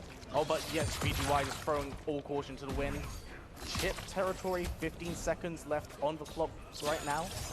Yep, smart decision. Goes for the torso twist. Oh, he went for it. That's too late on the Cyrax. That is gonna be it. Match point, Dizzy. Yeah, that Cyrax ambush was a lot later. He was not going to be able to make himself safe on that one. Jumps over the buzzsaw, goes the other way. Oh, beautiful conversion. Dizzy looking fat. Set up again. That hit frames. Yep. Dizzy just choosing to hold on to it, man. Such a dangerous tool, challenging from Necroplasm. Yeah, keeping it active, just pushing him into the corner, but a big down two. Finish the string this time. Finish the string once again. I wonder if Dizzy's intentionally getting hit by the last hits of those because he knows it's going to send it back. Maybe. Ooh, doesn't get, again, not quite conversion off it. A lot of strays coming out, but oh wait. No break available. This is going to be a lot of damage. If Dizzy wants to go for the kill, he might be able to get it, but no, again, going for the setup. He's definitely putting him in a position now where he has to guess. Yeah. Oh, there's the armor and Dizzy TT with the double brother elimination. Oh my god, he really sent that family packing. And this guy is going to be moving his way into the grand finals in loser side as well. VideoGamesYo with a very respectable third place finish over here at VIENNALITY 2K23. I'm very impressed. You know what? It's really nice to see VGY actually come out to a tournament. I know he's been studying away very hard, thinking about the game. Of course, he has a multitude of characters, but I have to say, I'm quite impressed that he did go with Havoc, and he did go as far as he did with the character. Yeah, I mean, seeing Havoc representation over here at the first major that we have in Europe and getting third. Yeah, and I gotta say, man, like, we're coming up to a match that I'm gonna love to see, and it's Azerbaijan, Dizzy TT, a run back from winner's bracket. It is going to be the run back. For anyone new that's tuning into this, or maybe you don't really watch fighting games too much, or you don't understand how the double bracket format works, because Dizzy has now made it into the grand final side from losers, he has to win 2 sets of best of 5. So he has to win the first 3, reset the bracket so that they're both at 0-0, and then win another set. Azerbaijan has to win the best of 5 just the one time to close out the entire thing for the tournament. A lot of work has to get put in, but I feel like if anyone can do it, it's definitely Dizzy.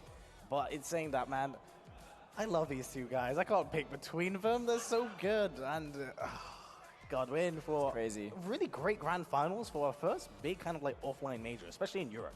The thing that's going through my head right now is that the stuff that we were seeing when Dizzy was playing against Azer, obviously he ate so much damage really early on in the set because the last hit of 1-2 was just whiffing on Baraka. Yep. I don't know if that's a consistent thing, if that is tech, if that is just a character interaction that is specific to Baraka, or what.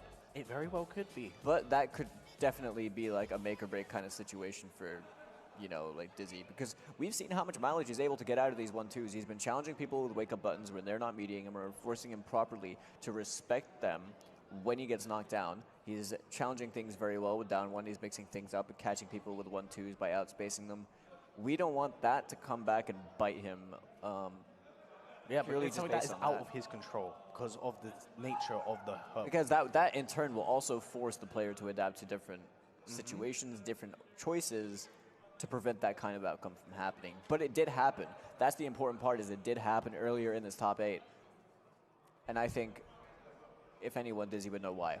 I mean, absolutely, and even so, like, Dizzy himself, he's just having a few seconds with himself, maybe needed to recompose. Just wanted a little bit of time, maybe a breather to jump before he jumps into this final match of the tournament between the two. Yeah. So we got to wait and see, but man, it is so great to have everyone here and just see them all here in person, getting ready to pull off this beautiful possible finals. All I know, man, we've been in a grand final situation. It's more than enough time. Look at these two. Yeah, this is them as friends, not afterwards. We need to get the picture now. You need like a fight night picture. Dizzy towering over everyone because the guy's like 8'5", but like... No, they haven't even designed a number for Dizzy. It's that wild. Oh, bless him. I believe both players just getting set up quite comfortable. I think they're pointing at Makoran. Oh, they want the boy up on stage. Is it Wild Makoran? Oh, Yeah. I think Dizzy might actually be getting some coaching from Mac, because Mac also does play Melina. Yeah. He knocked me out of the bracket. He demolished me. Damn. Yeah. Still the homie, though. Yeah, we still love him. obviously. But even so, I'm interested to see, because now we've talked about the character interaction between Melina and Baraka, which is very character specific. What's the mindset that Dizzy goes into this with? Like, what does he do character-wise? He goes into this with one mindset. For as long as I've known Dizzy, this is never going to change. And his mindset is win. That's fair. That's it. Oh, wait. He'll do what he needs to do to win. And it looks like he's actually pulling out a Tanya pick. Oh, is this just a button check? Are we being trolled? I wouldn't put it past him. I know he has been like labbing and It is an option. It is an option, so maybe that's what he brought Makoran over. It's like, which one's more favorable? The thing is, though, I feel like if he is playing Tanya, he's not playing it with Lao. He's playing with Goro. I mean, but I've seen a lot of mileage out Goro. yeah, it's like, I don't know. We're really just going to have to wait and see. He could be sticking with the Melina and understanding that that's what he wants to do, or he could actually be playing Tanya and then trying it out. But he is in the loser side of the bracket, so as I explained earlier, for anyone that was unaware, he is going to have to win the 2 sets to be able to win this tournament. Azerbaijan has to win the 1 best-of-5, and it's his. Yes. Yes, it is. Dizzy has to do twice the work for the success, whereas, you know, Azur's in a really strong position right now. And plus, he's had a little bit of breathing room since his last game. So, you know, he's been able to watch, see what they've kind of had to adapt and change and evolve as the game plans have unfolded. You know, he's been observing. He's been in a very comfortable position. And because of those extra games, it does allow him the opportunity to maybe try something just to see how it does work. I mean, it looks like he's sticking with the Melina anyway, so... I mean, with the sheer damage output. I feel like it also is kind of like redundant anyway to switch characters this late into the top 8, unless you're really, really, really like feeling it, because he's been doing everything with Melina right now and he's been making it work. I know he wanted to just play this character because he believes that Melina Lao is unfair. I mean, it's very, very strong, but Azur just catching the strays with the projectiles and just flying big damage. Oh, you're going to have the corner to work with as well. Oh my god, so much right out the gate. Building up meter, luckily to do so, but Dizzy has a lot of work to put in if he wants to even out the playing board. Actually, just an obscene amount of damage for a bar. Yeah, catch him at the end of the string, but doesn't quite do enough. And there is that mysterious low. It's going to get him. It's 2-1. Oh, poke into special right there, going to work out. Yep, he's actually been he's been getting a lot of mileage out of that. He did it to VG1, he got hit with it nearly every time.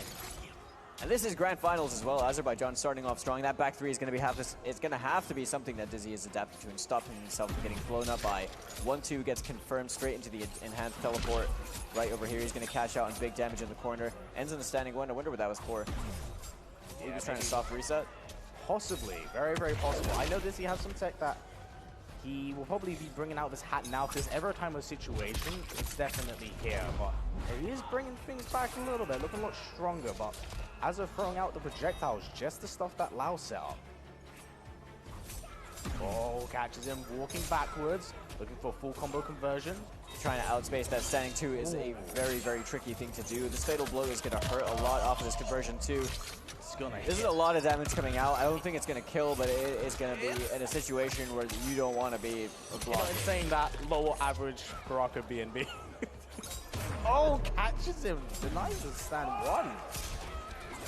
Hear the boys screaming out right now. Very, very excited to see Azur take a big win. This is basically like a 2-touch situation. And I think that's also kind of an important part about this matchup is that Melina plays a very strong neutral with Lao having access to the low hat. Plays in a way that, like, if they find a hit, they can turn it into really big damage with the up teleport. And you have to open up the opponent so many individual times for smaller increments of damage if you're not spending the meter on the teleport, right? Baraka has to make eye contact with you and half your life bar is gone. Oh yeah. And that is a really big thing, is like how many times do they actually have to find the hit on the other person? And Baraka's got to do it significantly less. Yes. I don't think that's like a make or break in the matchup, but it's definitely... It's a factor in. It is definitely a big factor in the kind of matchup that we're experiencing.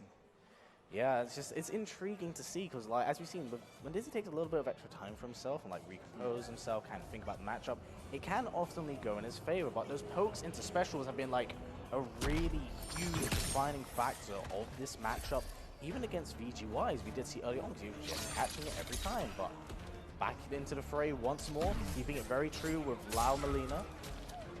And that back three doing so much work for Azerbaijan right there. 35% to start things off, staggering the back three, keeping that original space as well from when he starts using it. He doesn't move forward on that one after you stagger.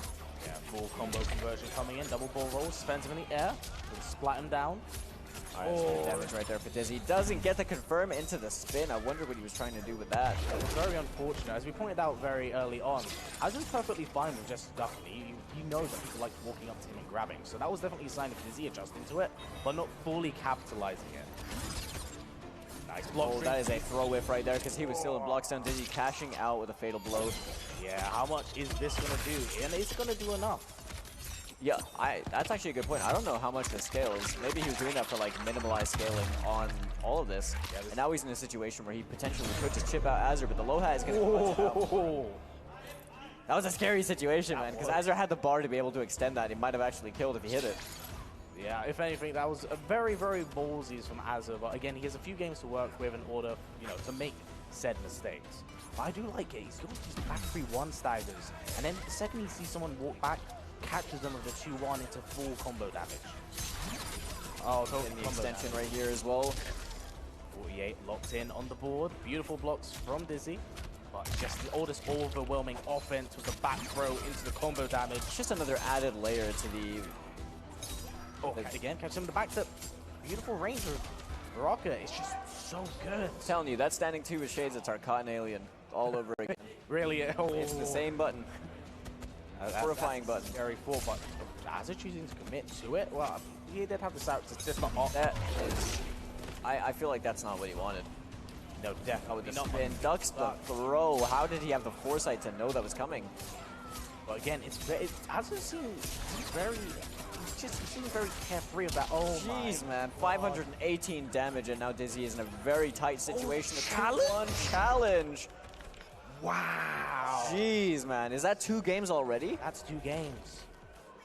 Azerbaijan on the verge of victory, maybe winning this Viennality, and I'm impressed, man. He's looking really strong. Ever since this match, and I have to say, I'm so happy to see him come here, because ever since his appearance at like the Dragon Temple onwards, he's become a fan favorite, a man with a heart of gold, and he's been going from stride to stride. I could imagine it would only mean the world to him to win this, but the same can be said for Dizzy. Yeah. Dizzy is just a really, really consistent player. This is a tough kind of situation. It's not, there are a lot of compositions of character pick and cameo pick, and it looks like Dizzy is going to go with basically his OG bread and butter of running Melina and Jax, and this is a setup that does an obscene amount of damage, especially when you're in the corner. It's basically, I'm not gonna lie, I've seen what Dizzy can do with this, and it's basically low memes the team. Because if he can get things going, it's really, really hard to stop him, but man, Azur just putting damage. One jump 2 just leading into 484 damage right away. Then you have the added layer of the mix-up with a back throw while you're in the corner, because you can extend that. Repositions as well, 22% on the board. Just finishes the string. Callum, this is a very precarious, dangerous one. Oh, really committed to the teleport. Don't know about that one. Azerbaijan down 2, not going to close out the round, but the standing 2 is. He is now on tournament point. Last possible round of the game. Azerbaijan looking in a very favorable position, but Dizzy not wanting to let him do it. He's very capable of a masterclass comeback. Oh, 1 million. He's going to make one happen. He's going to make it happen over here. Right now, he has no more chances available. Yep, big do-or-die situation. We got to wait and see how it goes. What a call-out right there. Doesn't get the conversion, but that's all right. Catches himself with the forward throw. Azerbaijan now trying to work his way in. Gets caught. No confirm from Dizzy on the forward 144, but catches it that time. Going to extend this combo, using the bar as well to secure himself the round, and just like that, that was a good round. Different round for Dizzy. 1100 HP Melina. Yeah, the health factor is definitely going to play right now. Right, final game. Looking for that ball roll. Very early break from Azerbaijan. I like that. Azur trying to control the momentum, control the neutral right now. What a whiff punish right there from Dizzy. Okay, let's see. We're gonna what kind of swag's gonna play? Okay, here it comes. The unblockable. Unfortunately, does get clipped by it. Whiff punished by Azerbaijan. Gonna draw a lot of blood out of this. Goes 2-1 into the splat. There's no break available on this combo, but there will be on the next one. 50% is no joke. Nice challenges the high portion of the back 3-1. Dizzy can break here, but Jax just got hit. He has to take a bit more guaranteed damage. Goes into the Cyrax. Oh, he had to eat 40% before he was able to break. Azerbaijan trying to take with the down 4. Dizzy right now trying to fish with the overhead from the 1-2. Oh, catches the whiff punish. Gonna have to end this. That's a fatal blow. Mm. Oh, dude, this is a nerve-wracking. This is nerve-wracking. But Azerbaijan also has 1 bar of meat to work with afterwards, as well as a fatal blow. He's gonna wake up, surely. Plus, this is like chip death territory. Oh, goes for the cheap. The forward one. Press. It is not over. This character change, you know, maybe this is it. This is it. Dizzy's keeping himself in this tournament right now. God, I'm sorry, I'm gonna have to lean forward in my chair, bro. I cannot. No, like, legitimately same. I've been in, like, elite gamer posture all weekend of being at a 45-degree angle in my chair. But, like, this has changed. Oh, man, this is so good. Oh, I can just trying to, like, trip guard him or something like that. And he keeps getting clipped by the jumping 2. It's, Yeah, the Cyrax gonna go for the jump 1-2 into the big spin. Close out 48%. As they're looking to space things out, didn't quite get the punish on it. Beautiful flawless block from Dizzy. All right, forward throw right now, spinning the bar, gets the Side reposition. switch. 16% throw right there.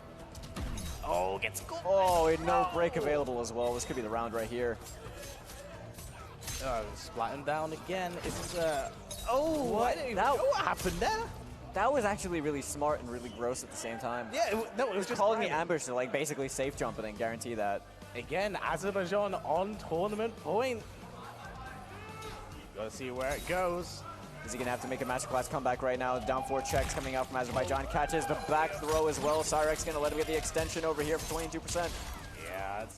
Kindly subscribe to the channel if you haven't already. Thank you. 22% on a throw is no joke, man. Gets that Cyrax cameo, gonna keep himself safe with a back dash up. I feel like I'm too scared to say anything right now. I really am. This is literally just a get hit, die. Yeah. Oh, flawless block on the jump in. Oh, gonna keep himself safe with the Cyrax assist. As they're spending the bar though, has no opportunity to break at the moment, but look how much bar he's already built. Yeah, I was looking for the ball roll a little bit too early, unfortunately. Gonna catch low again. But I can feel my heart in my mouth with how close this could end up being. It's gonna take one sequence to just even out the life bars. Oh, he had the right choice, wrong time. Yeah, Dizzy slowing things down, and Azur perfectly content, not going to overstep. Hit confirming the down 4. Good flawless blocks coming out from Dizzy. Overhead. Oh my goodness, catches the hit, but no confirm. Version. Oh my god, catches the backdash, no confirm again. Flawless blocks as well. 16 seconds on the deck. Cyrax cameo, look Flawless at that block string. Buttons being pressed. Buttons being pressed again. Stand 2. Dizzy with the duck. Bring this back, but the timer. So he has to do it. He has to do it. He has to. It's gonna. But break off 5, 4, 3. Looking for the overhead. Go for the lead. Wake up. Goes for the low. And 2-1. Oh my god. Goodness. Azerbaijan is your VIENNALITY 2023 champion via a timeout. Absolutely down to the wire. Dizzy. I genuinely think that if that forward 4 connected with both hits, Dizzy might have won that. Azur is popping off so hard right now. Really well-deserved win. Well deserved. And you know what? Massive props to Azerbaijan, someone who more than welcome deserved it. But honestly, this top 8 was so goddamn stacked, and it could have gone any ways at any point. Man, it's an absolute honor, Falcon, to be able to commentate the first big European offline to Mortal Kombat 1 right here in Vienna. This has been an amazing experience from start to finish, and just getting to see everyone and seeing the reactions from everyone right now in the crowd. I love this, man. I've missed this feeling right here. And really, honestly, appreciate every single one of you at home who came in to watch our tournament. Yo! Make some noise for Mortal Kombat 1!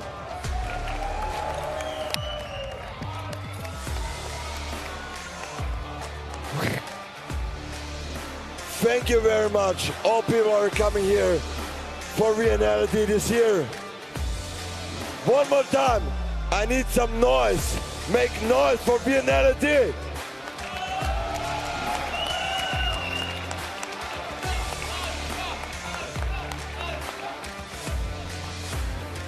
Now it's time for the kings of the kings.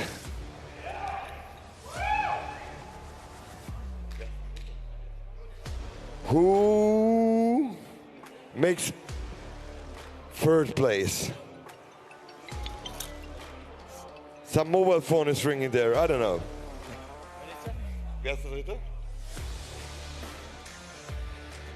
One more time, thank you very much that you are all coming to VIENNALITY this year.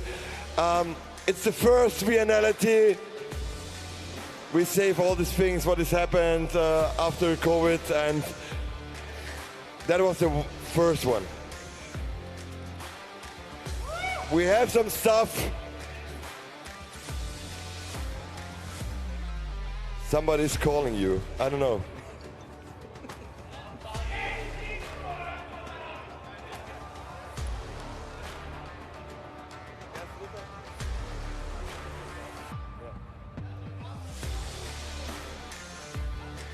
Guys, it's more like a rock concert or a hip-hop concert. It's like a little strange, we are drunk, you know?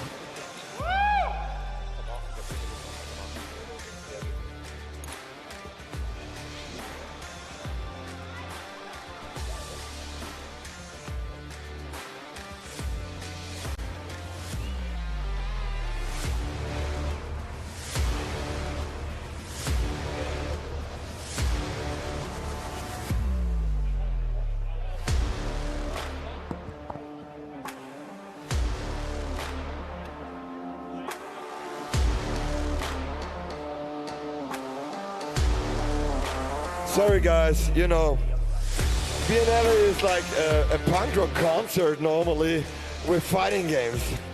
That's why we are like a little bit confused. Storm will told you about what is going on.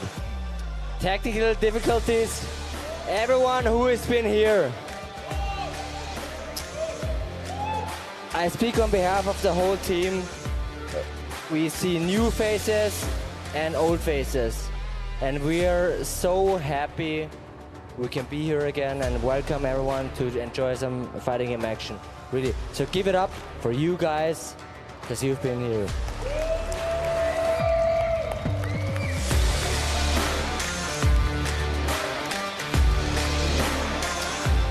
So, top 8, 8th place.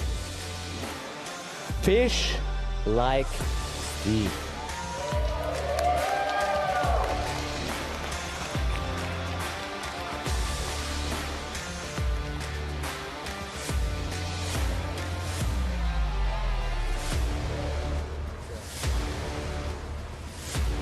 After 8, 7th place comes LawKorridor.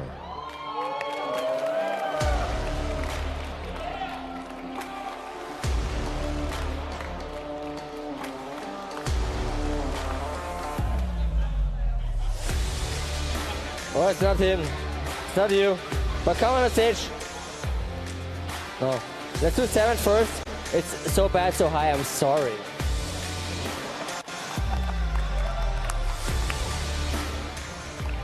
All the way from Saudi Arabia. All the way from Saudi Arabia. Coming here to Vienna just to have some Mortal Kombat action.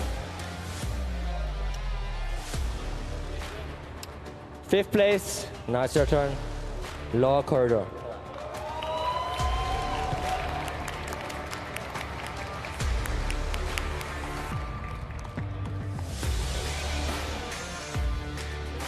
Next place. With his twin brother, H. Dope.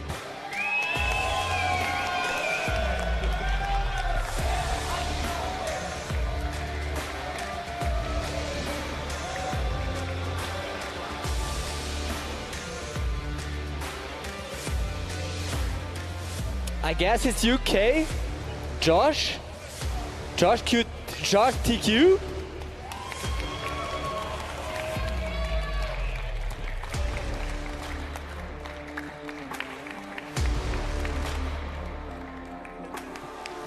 with his training partner, of course, VideoGamesYo.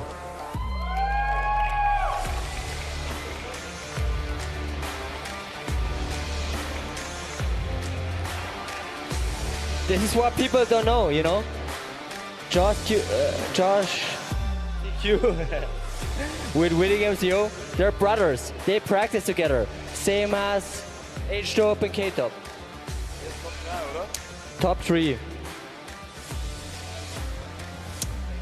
Second place, ViENNALITY 2K23. DZTT.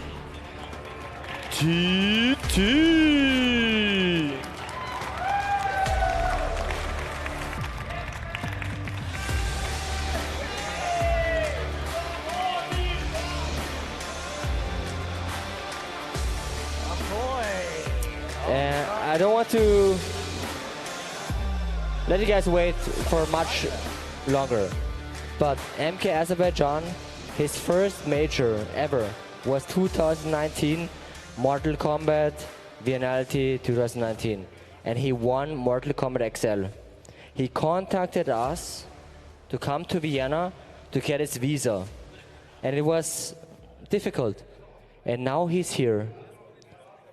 He went to Vienna from Azerbaijan, and he won the first Mortal Kombat major. So give it up for MK Azerbaijan.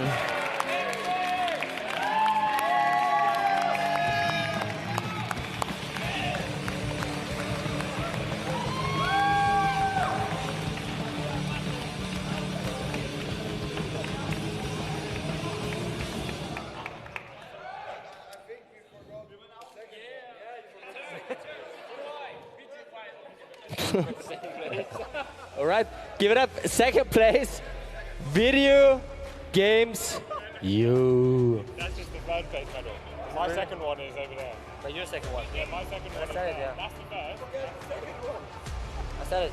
The second one is mine. Where's the Pokal von ihm? Where's the Pokal von ihm? Can we turn off the music very quickly? All right. Fucked up a little bit when it comes to that. But of course, top 3, they deserve